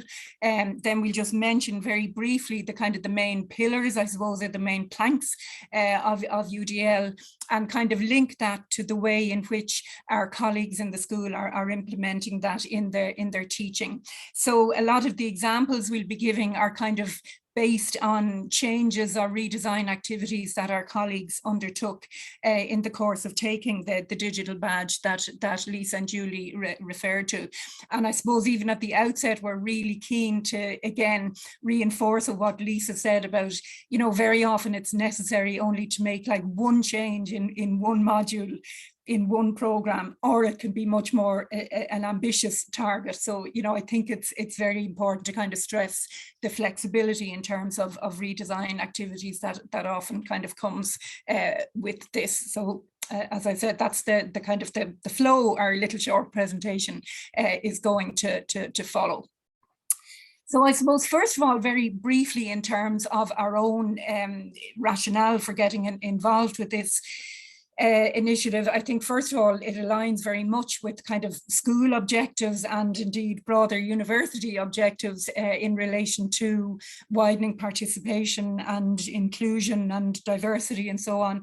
And you know, and even just in our own school, we now have about 32% of our student intake comes from what would be kind of historically underrepresented groups. So it is already a diverse and an increasingly diverse student population. So I think that's an important rationale. And also, you know, there seems to be evidence within our own school among our colleagues of a kind of an appetite for engaging in this type of initiatives. As some of us here will remember, we had an event last year, again, at which Lisa and Julie spoke, and we talked about a UDL as part of that. So there's quite an appetite there for getting involved in that. So I think we're kind of capitalizing on that to some extent. Another, I think, factor is that both Karen and I teach very large groups of first year students, kind of 400 and 300 plus respectively. So we kind of felt there was, again, an opportunity to have kind of a good scope and a good impact with this kind of initiative at first year level. And as Karen will mention subsequently, we're quite interested in the whole kind of first year experience and the transition to college and first generation students, or pioneers, as Karen refers to them, you know. So all of that, I think, is a very good focal point for UDL as well. And also Karen and myself are graduates of the badge ourselves, and we enjoyed it a lot. We learned a lot in terms of trying to kind of reinvigorate our teaching, I suppose, but also just the opportunity for kind of peer engagement, the self-directed pace of the course and so on, all appealed to us as well.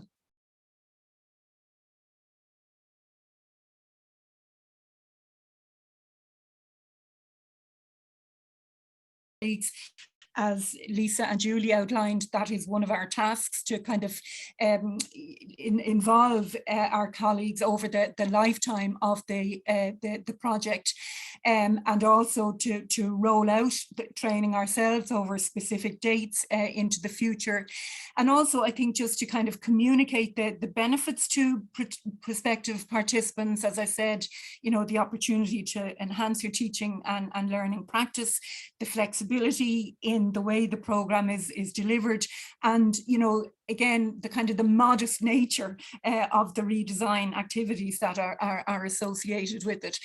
So in our school, we've had a very strong uptake in semester one. In 2021, we had, as we were saying there, 16 colleagues from the School of Ag and Food Science in a very good range of staff categories and disciplines and student groups. And we've also started to compile a kind of a database at school level of the redesign activities that colleagues undertake. And I think that should be an interesting resource for the school and indeed beyond. As people would be aware, or may be aware, there are really kind of three core planks or pillars of universal design for learning. One pillar is to do with ensuring that students have kind of multiple means of engaging. So you would encourage them to kind of foster communication and collaboration among themselves in different ways. For example, you'd try to kind of foster different ways of them reflecting and engaging in self-assessment practices. When we look at multiple means of representation, that's again spans things like ensuring that resources and documents are accessible to the widest cohorts of students, you know, captioning, alternative text, glossaries, all of those types of issues. And multiple means of expression and action then is really just using the widest possible variety of media for communication with students and indeed among students. So what we wanted to do was really just get a flavour of the redesign activities that our colleagues undertook in taking the UDL badge, and as we'll be able to see, like a lot of those changes that they made kind of map to some of these UDL pillars, or to these three UDL pillars. So I'm going to hand over to Karen now just to talk through some of the detail of that. Thanks, Deirdre. And in ways, so what we're going to present over the next couple of slides is sourced from the database that we've established for the school, where we're trying to really look at those redesign activities. And again, to reiterate what Lisa had said, that +1 approach, that we're really trying to communicate to our colleagues that this isn't about big onerous change when everyone is under so much pressure already. It's actually about little changes that even sometimes help yourself as a lecturer or module coordinator as well. And also in organising the database, which is still very much a work in progress, sometimes I find it challenging, and myself and Deirdre have talked about this, of actually where do we categorise some of the redesign activities. So I think it'll be an ongoing process. So you might even agree with how we've categorised some of them. So just to give you some examples of what people have done through their engagement with UDL, and particularly in undertaking the UDL badge. Some people looked at, for example, improving supervision of master's students. So they were obviously reflecting on themselves, but very much trying to engage earlier with the thesis and learning skills for self-regulation and sustaining efforts. In other cases, when it came to engagement, it was very much about mapping or signposting the teaching process. So something as simple as uploading an overview document to Brightspace, where in this case, the lecturer outlined to students the importance of class attendance, because there wasn't actually lecture notes. The discussions in the lectures were core to teaching. So that document and outlining that attendance was really, really important. And then finally here, really looking through the introduction, actually talking about UDL, actually engaging with students, discussing universal design for learning, and very simply explaining the activities that were in that module and how they linked to UDL. So even being kind of comfortable enough to actually talk to students about UDL in itself. So the next slide. So the next element of the redesign activities looks at representation. So again, we have a colleague who introduced HTML templates into their Brightspace module, and that was really to make it more accessible and user-friendly. And quite a few people mentioned these when we were collecting the data, looking at the Ally score and how that might improve that. So always keep an eye on that when you're in Brightspace.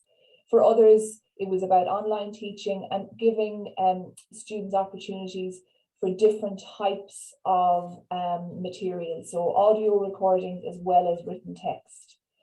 Also looking at alternative ways to present materials and enhance engagement. So for example, the use of Padlet, and we've seen Padlet earlier in some of the earlier presentations.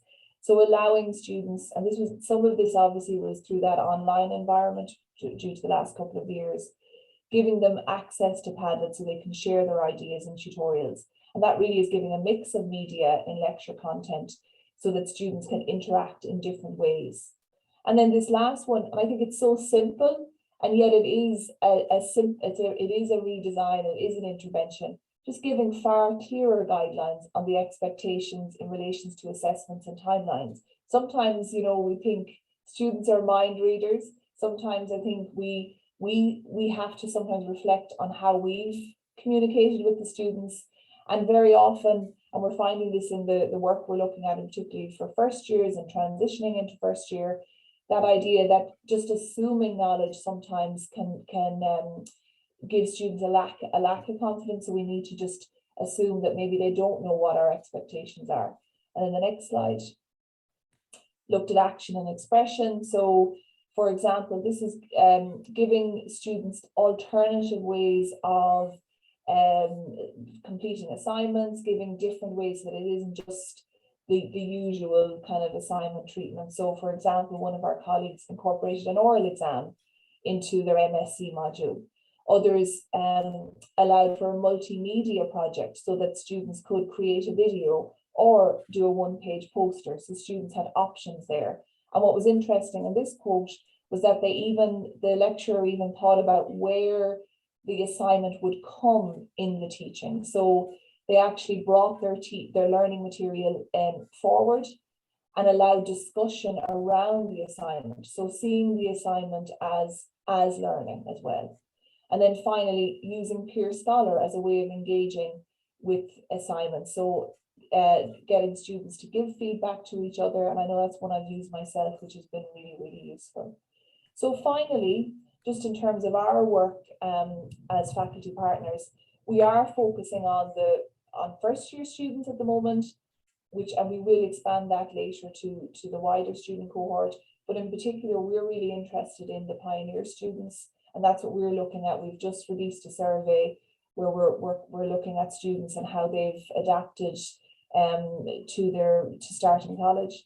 We're continuing to build our school redesign activities database, and so any colleagues from school, I'm sure we'll be contacting you for more details. We'll obviously have our rollouts of the UDL badge, and we are thoroughly enjoying our ongoing promotion of UDL. It's been really useful to work with our partner colleagues across the college, but also to engage with our colleagues talking about UDL. But primarily our focus is really trying to listen to the students and reflect on their needs as learners. And we see that as a really important role in our role as faculty partners. So thanks very much. Thank you very much, Karen, and thanks to Deirdre also. We'll now move on to our next team of faculty partners from the School of Nursing, Midwifery and Health Systems. It's my pleasure to introduce Doctors Phil Halligan, John Gilmore and Frida Brown. So over to you guys. Thanks. Hi everybody, and thanks very much for having us. And it's been a really great event so far, and learning lots from all of your brilliant work. So I'm going to start off the presentation on behalf of myself, Phil and Frida, who are the faculty partners within the School of Nursing, Midwifery and Health Systems. So my name is John, my pronouns are he or they.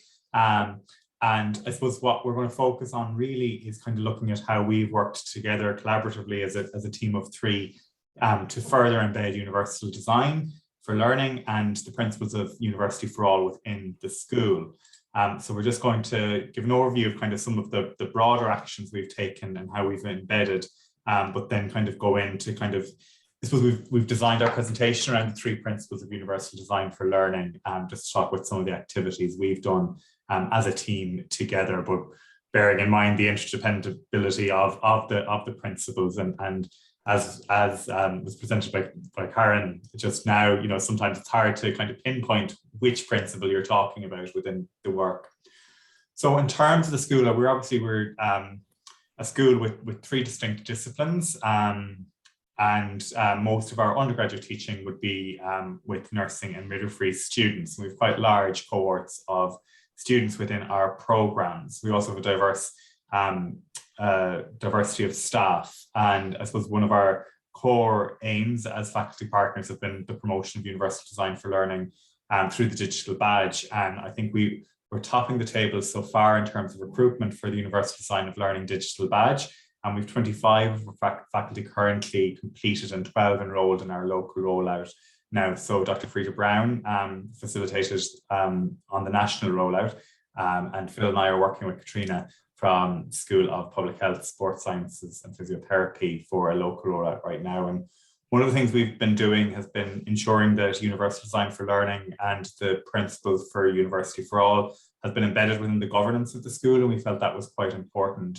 So we've worked collaboratively to kind of spread ourselves across different structures within the School of Nursing, Midwifery and Health Systems to ensure that we're represented across, whether it be in wide participation in EDI or more focused within some of the teaching and learning subcommittees, but also within the programme committees. And like many of the schools here, we have a large overarching work with our clinical partners. So we've been trying to promote the principles of universal design and the University for All principles within the work we do with our clinical partners, which has been really key.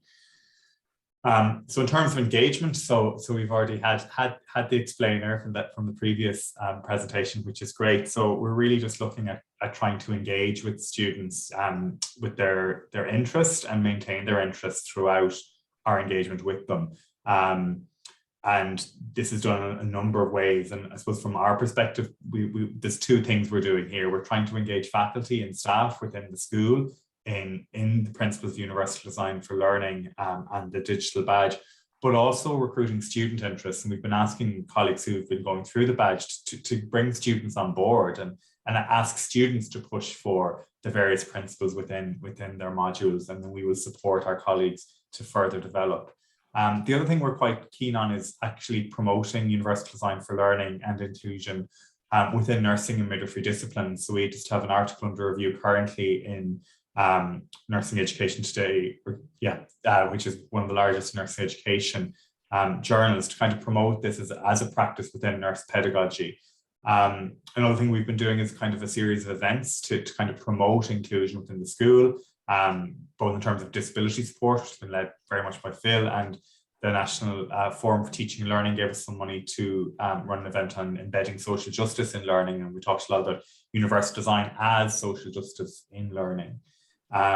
We also have a very long established, and Phil leads it, disability liaison team, which works with our clinical partners to support students with disabilities on clinical placements. And we've started some work now on supporting gender and sexual minority students, particularly looking at how trans students are supported within clinical practice, but also the classroom.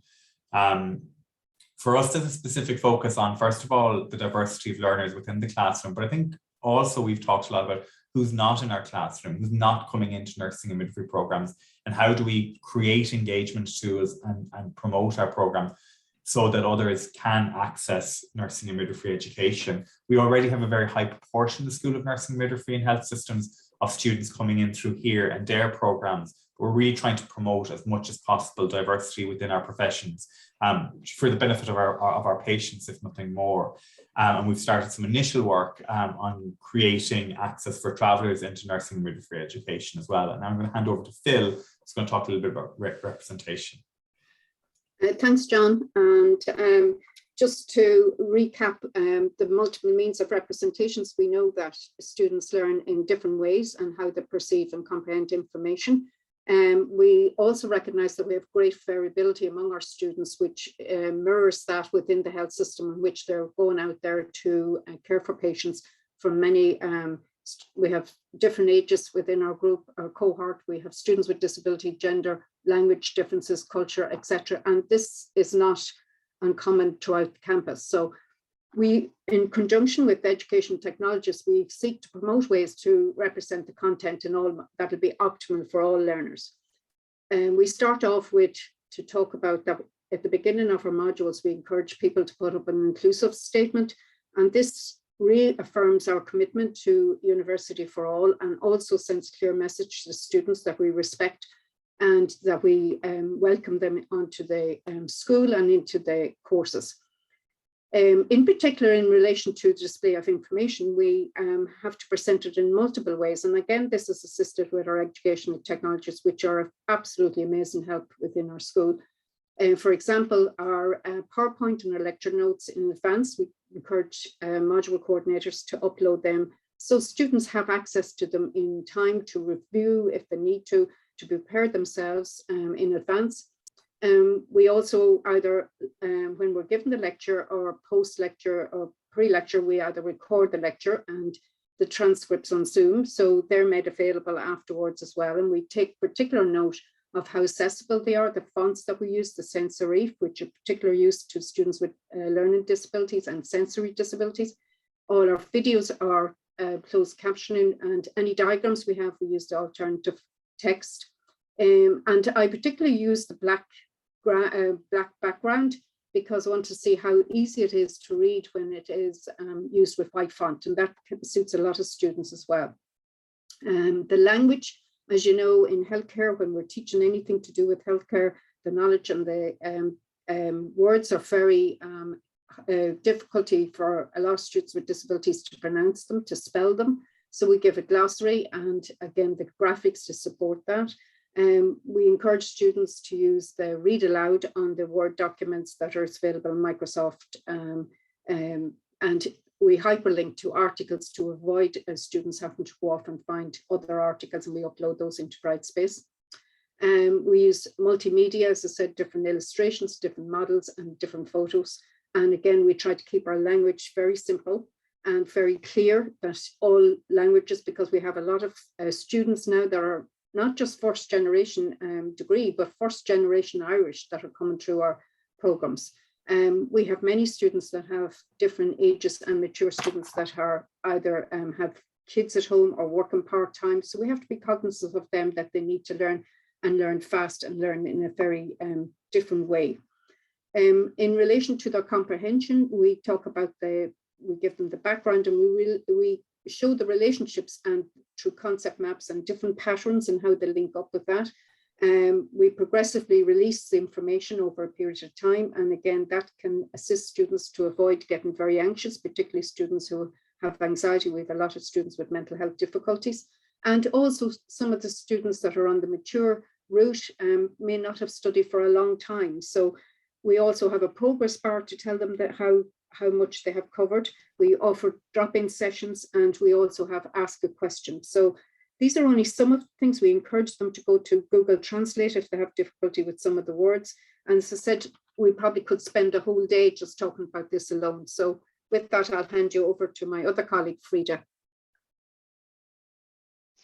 Thanks, Phil and John. So the last principle is multiple means of action and expression. So very much in the school, from our collation of projects that people have already worked on and redesign activities, there's been a lot of work in relation to diversifying assessment strategies and activities. And this would include choice of assessment, but also alternative assessments and alternative means of completing the assessment. So for example, in some modules, both my own redesign and other colleagues who have undertaken the UDL badge, they'll say where previously they may have, students may have done a written assessment where they would have one topic that all students would be required to write on. They may now have a choice of 3 or 4 different topics. And with presentation as well, where previously it may have only been, students may have been required to submit it in written format only, alternatives are now being offered as well. There's a module I'm working on in stage 3 where students can now do it as a written piece or as a presentation piece. However, I suppose feedback from students is that they are slower to uptake the alternative means of presenting their information. But I believe, and we believe as a group, that once it becomes more commonplace for students to be offered a choice, that they will be more comfortable in taking up that choice, and they'll feel more supported in taking up that choice. Across the school, and I think it reflects the culture of UCD, and as of COVID as well, we are moving much more towards a continuous assessment, and the continuous assessment really supports the principles of UDL, where students get an opportunity to receive feedback during the module in order to prepare them for the final assessment at the end of the module. Other projects that have been undertaken in the school through UDL redesign is the use of peer scholar in both undergraduate and postgraduate education, and very positive feedback from students and from faculty in the use of peer scholar. Sample assignments are used throughout our modules, and again that helps students to find the place or the level where they're preparing assessment and assignments for. Very much as John and Phil have said, when speaking to faculty about any of their redesign projects where they use multiple means of action and expression, they haven't been able to redesign that part without redesigning the whole module. And it affecting the other elements as well. So very much scaffolding the student towards the options and allowing for the multiple means of action and expression. Other work, and I think Lisa described this as the ripple effect, and it's very much how it's working for us in School of Nursing, Midwifery and Health Systems. So the UDL principles that they're now rippling through in relation to work done on academic integrity within the school. And in our school, we were one of the pilot schools for the online plagiarism supports. Another example of the ripple effect is our academic advisory project, which is currently being led by Dr. Carmel Davies, where UDL is an essential and a core component of that project as well, along with obviously all the other principles as well. So just to conclude and to sum up our presentation from this afternoon, we're a diverse school in terms of subjects, faculty and student profiles.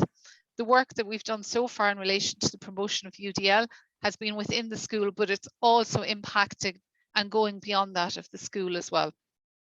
The three principles are very much interdependent, in that it's very difficult to present and talk about one or to redesign one without it influencing another principle.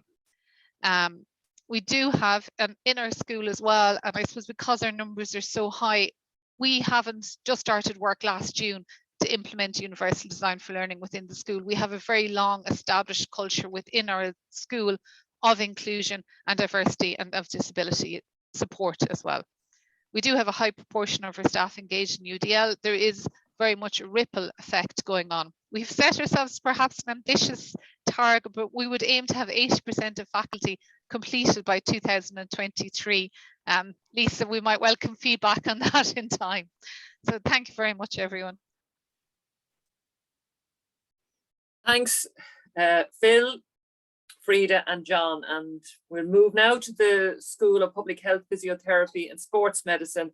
And we have Katrina Cunningham is going to tell us about the initiatives going on in her school. So over to you, Katrina. Okay, thank you very much. And I'll just share my slides there. Thank you for inviting me to speak on this. And I'm just looking for my PowerPoint presentation there, which seems to have disappeared for some reason, although I've had time to play with it. Let me just see where it's gone. My, oh my, it seems to have disappeared on me. It's sitting on my desk here, just one moment. Oh dear, that's strange. And I would just say at this point, I think we're universally ready for lunch probably. So let's just see if I can move this along for you. There we go. I think that's it now. Can you see that, everybody? Yeah, that's great. Thanks. That's great. Katrina. Okay, so we'll just start from the beginning of this. So I'll just move on. I'm Katrina Cunningham from the School of Public Health, Physiotherapy and Sports Science. And I'm a University for All faculty partner, as have my previous speakers been. Just to say, I've also been a member of UCD Widening Participation Committee in UCD for the last, I think 6 years. And I'm also chairperson of UCD's Widening Participation Outreach Subcommittee. And the reason I highlight those is that I suppose this is all speaking in the same area, and there are lots of intersections between those roles that are informing my position as faculty partner. And for lots of people who've been involved in widening participation endeavours in the past as well, it will be informing them. In terms of our school, I think it's important to say that we had a really strong participation in teaching and learning diplomas in our school amongst the faculty. And certainly I would feel that a lot of people were embedding, choice and assessment and good practices in teaching and learning prior to, I suppose, UDL coming to the fore as much. And I know Terry Barrett would have been very focused on UDL and that teaching and learning diploma as well. So in terms of the digital badge in UDL, autumn 2021, we had 5 staff from the school, including myself, take the digital badge, and 2 staff also took the facilitator badge, including myself. And that's something to be recommended to people if they're taking the digital badge, that it is quite, I suppose, a straightforward step to go on and take the facilitator badge as well.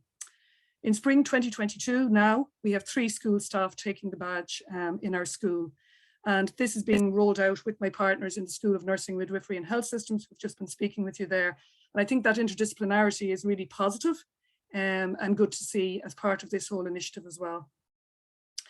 I suppose just to say that in terms of these areas, I think sometimes people are coming from different backgrounds when they come to do the badge, but just to say that the whole widening participation agenda is very much data-driven in UCD. And because of this data-driven approach, we now have enrolment targets for all our programs. And we know that in our own school, on our bachelor's programs, we have between 1 in 5 and 1 in 6 students from non-traditional backgrounds coming onto our programs. Certainly our prior school is leading the way in UCD, nursing, midwifery and health systems, in having that diversity. Widening participation is very much part of our program board and embedded in our school strategy and very much on the agenda at our teaching and learning meetings.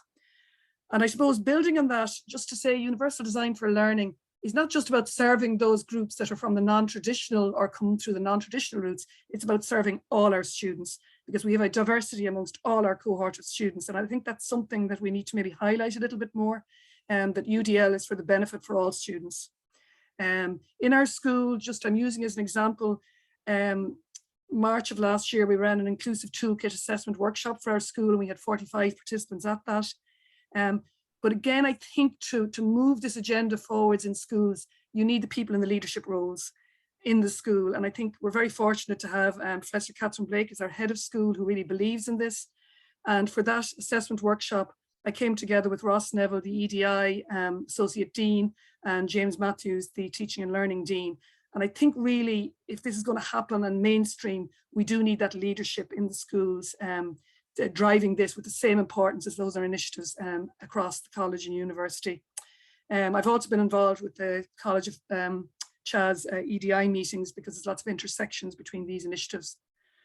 And I suppose to that end, I put up this infographic here because this was an infographic that came from a widening participation meeting where many of us spoke about the facts that lots of faculty are confused, or not confused, but they're being bombarded from multiple angles about public engagement, community outreach, EDI. And so in response to this, the Access and Lifelong Learning team put together this infographic, which will allow you to digest at a later stage. But again, just to see where the governance for all these initiatives lies, where the reporting structures are, and how they sit side by side, and where the discrimination is between these various projects. In terms of, you've seen this diagram, so I won't go over this again, but they're the key UDL principles. And just to say, for the digital badge, and you don't have to be doing a digital badge to start embedding good practice in UDL, but it's all about a +1 approach. So the assignment for your digital badge is very much saying, is there something in your module, your teaching or your work that you can redesign and make a difference? And it doesn't have to be a huge endeavor, but it will make a difference to those students in that cohort. So to this end, in the digital badge before Christmas, which a number of us took, we all obviously did a redesign activity, and I'm just going to give you a flavor of those now. For my own redesign activity, I chose my clinical exercise module in 3rd year. And the group assignment there has always been to develop an exercise program manual for physiotherapists, which is a guide for evidence-based exercise for a specific clinical population. Now, this very much is a group project, and the teaching content does allow for multiple means of engagement. We've lectures, we've workshops, online resources, and this specific project means the peers work in a group together and learn from each other, meet in class during workshops, but also have to work as a group outside class. The particular UDL enhancement that I put in place was using the Peer Scholar platform. And for those of you who aren't familiar, this platform is available on Brightspace to all of us. Now, even if you didn't want to use it in its fullest sense, there are really useful videos there that would be worth showing to students about how to give and receive feedback. And I think it's a really important conversation to have with students so that they know how to take it and the emotional response you can have to feedback, but also how to expect feedback to be delivered and how to interpret it. So I think they're really useful videos. Apart from that, Peer Scholar then for this particular assignment was really useful in enabling the students to post draft assignments, get feedback from peers. So essentially it's almost like a Google Drive, but it has a feedback facility where the students can view each other's work and give feedback. I also introduced a Zoom drop-in because I found Zoom drop-ins very useful myself when I had questions and answers as a student on the digital badge. Brona Fullen was also taking the digital badge, and she had traditionally had live group presentations for her 1st year module in massage. She moved this to giving a choice in presentation format, and not only giving a choice, but also giving a choice of submission date, which again gives more autonomy to students. And the format choice allows students and minimizes the threat for those who may not be comfortable standing up in front of the room in 1st year. And that may be something to build on over the course of their degree. So very much trying to reduce that assessment burden and giving multiple means of representation to the students.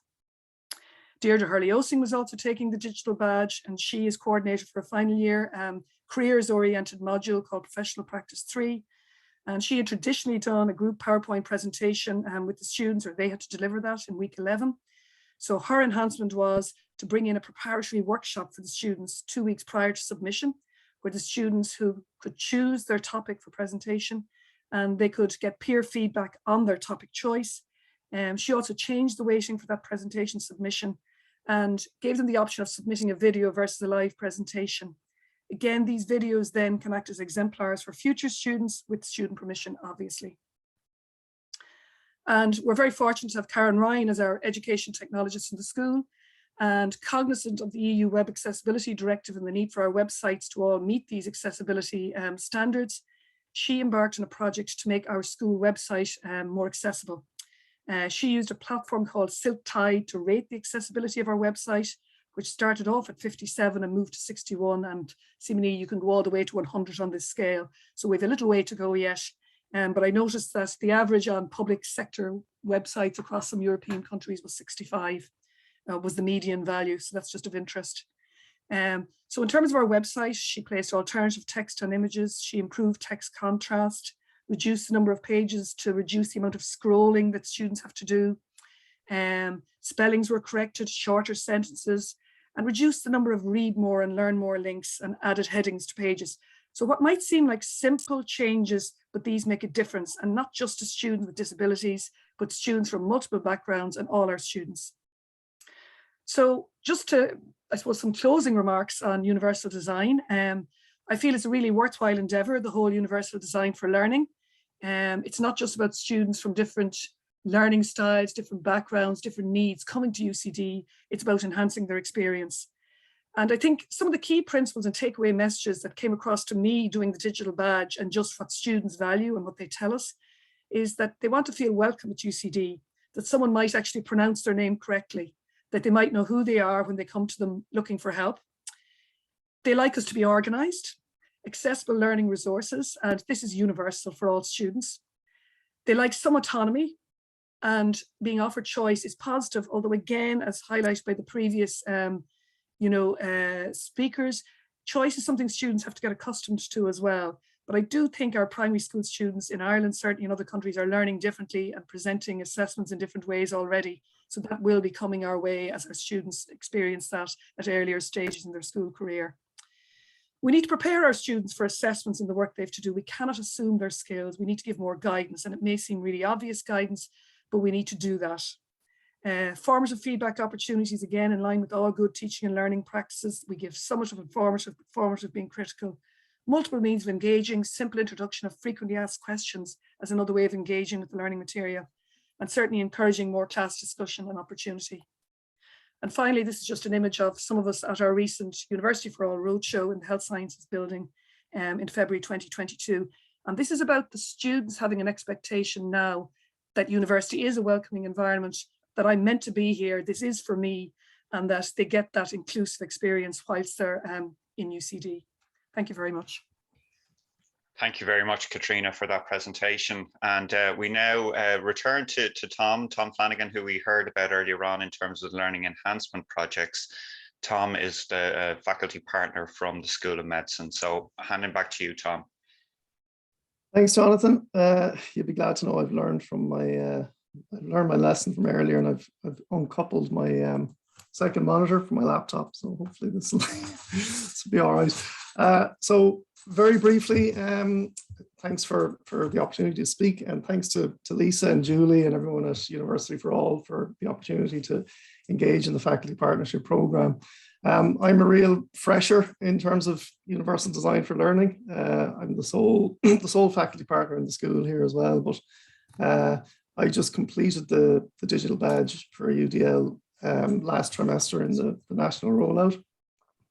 And as part of that, the facilitator's badge as well. So this trimester, I have our first local rollout within the school, and we're doing that together with Deirdre, our next speaker.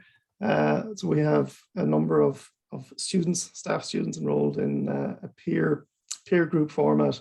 We have 12 of them, 6 from veterinary medicine and 6 from medicine. And there's great ranges of participants in that as well, preclinical teachers and clinical as well. For this session, I'm just going to focus on my own case study that I've just kind of started off this trimester in terms of the case study for the Faculty Partner Programme. And it relates to choice of assessment. In terms of the principles for, or the principles of UDL, I mean, multiple means of action and expression relates to providing students with different ways of navigating the learning environment and expressing what they know, and that includes allowing choice of assessment. And the first, I suppose, experience I had of choice of assessment was as a student in Geraldine O'Neill's module in the Professional Diploma for University Teaching and Learning. And anyone who's done this module will know what I'm talking about. So the assessment choice that she gave us in that was to either submit a teaching change in the form of a mind map, which doesn't appeal to me at all, or as a poster presentation. And I could just see the value of it from a student perspective in having that choice. And I was quite happy to submit a poster presentation myself, but could see how other students valued the second option. And then in terms of an educator, again, with Mark, my partner in crime, we introduced choice of assessment in our 2 neuro modules, where we gave students the option of either creating a patient information leaflet or patient information video on, in this case, Parkinson's disease. And again, it allowed students and groups of students to play to their strengths. So in terms of this one, I'm just going a step further in terms of choice. So it's essentially for students to try and build their own assignment, make it more flexible, more customized. And I suppose I was inspired a bit by the Build-A-Bear workshop, but more so probably by a Subway sandwich, where you start off by choosing your breads, then you choose your fillings, and then you choose your sauce and so on. So what choice have I given them? Well, I suppose just to start with the module, it's a module running this trimester in stage 1 of the Graduate Entry Medicine Programme, Anatomy of the Thorax. So we've introduced a tailored assignment opportunity here. And at the suggestion of Lisa Padden, I had a focus group with last year's cohort who had no continuous assessment at all. And we discussed a few different options. And what we've kind of gone ahead with is giving students a choice of an individual assignment or a group assignment. And the group assignment or the group could be put together by the student in advance with known peers, or they could just select that they want to join a group and take part with a random group of peers. The next option was the assessment assignment format. So we kind of went with essay, video, recorded PowerPoint presentation or poster. And then on top of that as well, we had 8 different clinical anatomy topics. So the only fixed item I needed from them at the beginning, we did it through a Bryce-based quiz where they selected these, but they selected their preference in terms of individual versus group work and group with known peers or random. And I think it emphasizes the sort of the more multiple means of expression in this case. We're quite early on, so a class of 119 students. Interestingly, and it's probably the competitive nature of this group, 87 have gone for an individual assignment, which is a bit of an eye-opener because we've had a lot of group assignments in this program in modules that we coordinate in the past. 27 came up with their own groups and assembled their own groups with their friends or their flatmates or whatever it might have been. And then we've one group which is randomly assigned. Now we've given them the option of changing their assessment format. They don't have to stick to that until the submission date. They can change their choice of topic as well. They've only committed to individual versus group work. And actually, based on what Katrina said there, I like the idea of giving them an adjustable submission date as well, which should add another layer onto this. But when they submit their assignments, they'll be asked later in the term to complete a survey on the component and the experience. Now, what are the main issues? Well, there's a few obvious ones. I've told them I'd create, an overarching rubric. It's been a bit difficult. So in terms of individual versus group, we've had to adjust aspects of it, like in terms of video length, word count in essays, and so on.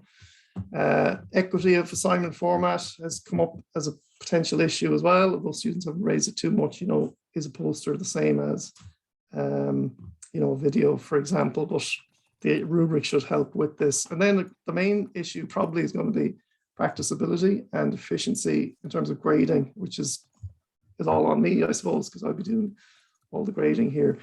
It's kind of the main limitation I see with it, but we'll just see how it goes. And that's it. Just wanted to give you a flavour of that case study plan, and we can update you when it's all finished after the end of the year. Thanks, Tom. And now we're moving on to our last presenter today from the School of Veterinary Medicine, Professor Deirdre Campion. So over to you, Deirdre. Okay, hopefully people can see. I'm using Google Slides just for a change. Can people hear me? Yes? No? Yes. Yeah, great. I'm saying nods. That's great. Well, I'm last in the list and people are probably getting hungry, so I'll just probably go through as well as I can with showcasing university design, veterinary nursing and veterinary medicine. So I've been a badge holder since 2019, so it's something that's very, very close to my heart.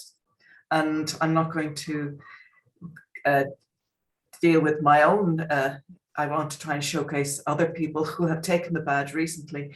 Now we've heard about the ripple effect that people are pursuing in different schools, and I'm hearing that quite a few schools have moved quite along. We're starting that ripple, but quite a few of the people I'm going through are going to talk about are in leadership roles and are able to promote UDL in ways that will make such a difference in our schools. So my focus is on firstly the students and then on the staff that are making a difference. So really the group I want to start with is talking about a diversity snapshot, is the way I'm calling it.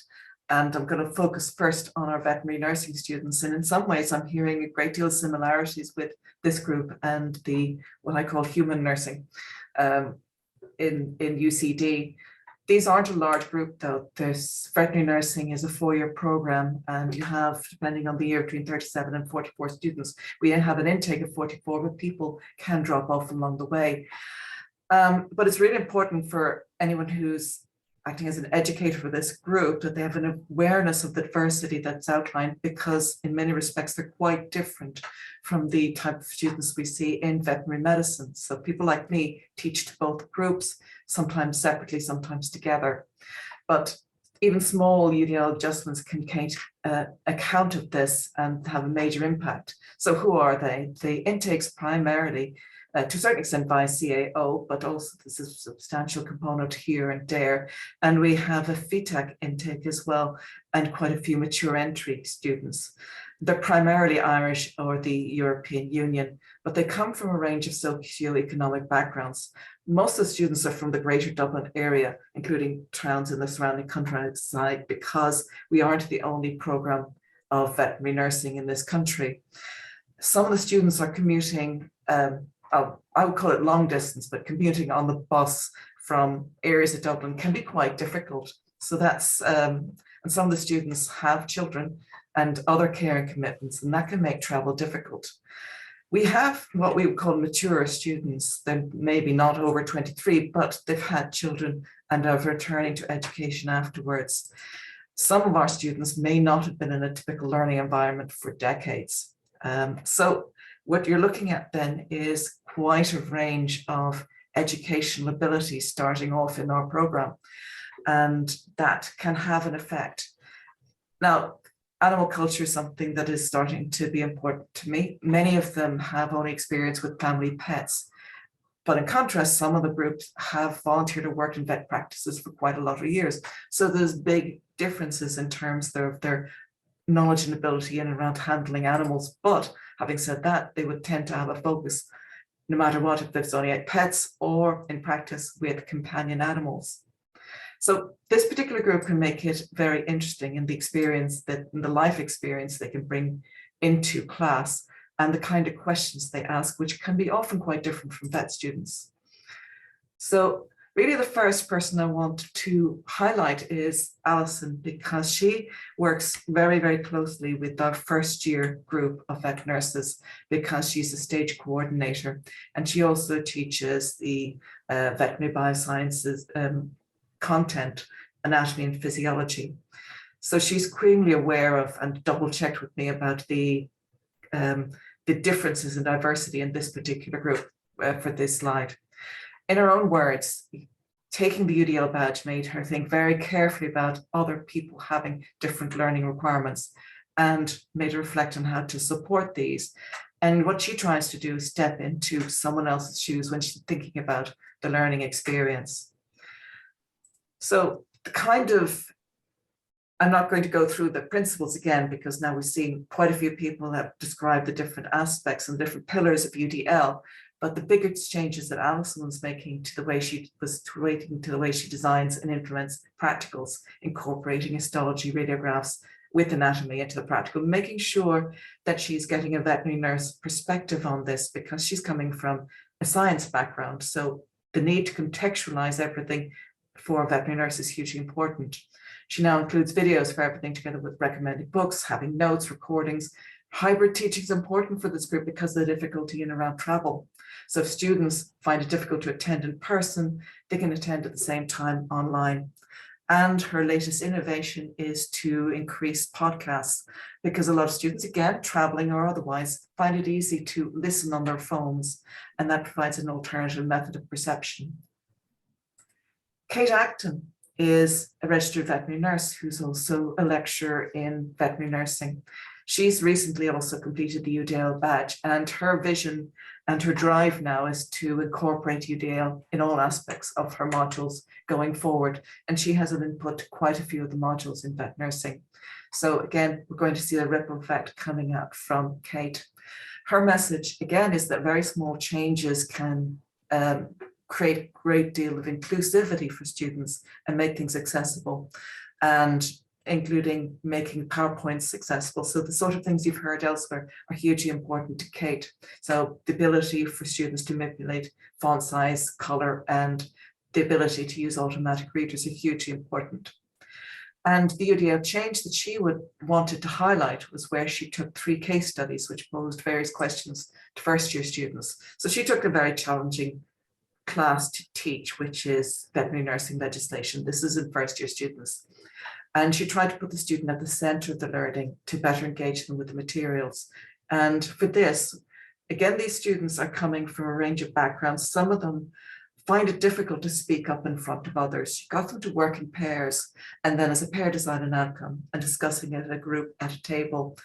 And that way individuals were able to quietly let their voices heard, and then nominate a student to put forward the actual point on a sort of Google Post-it board.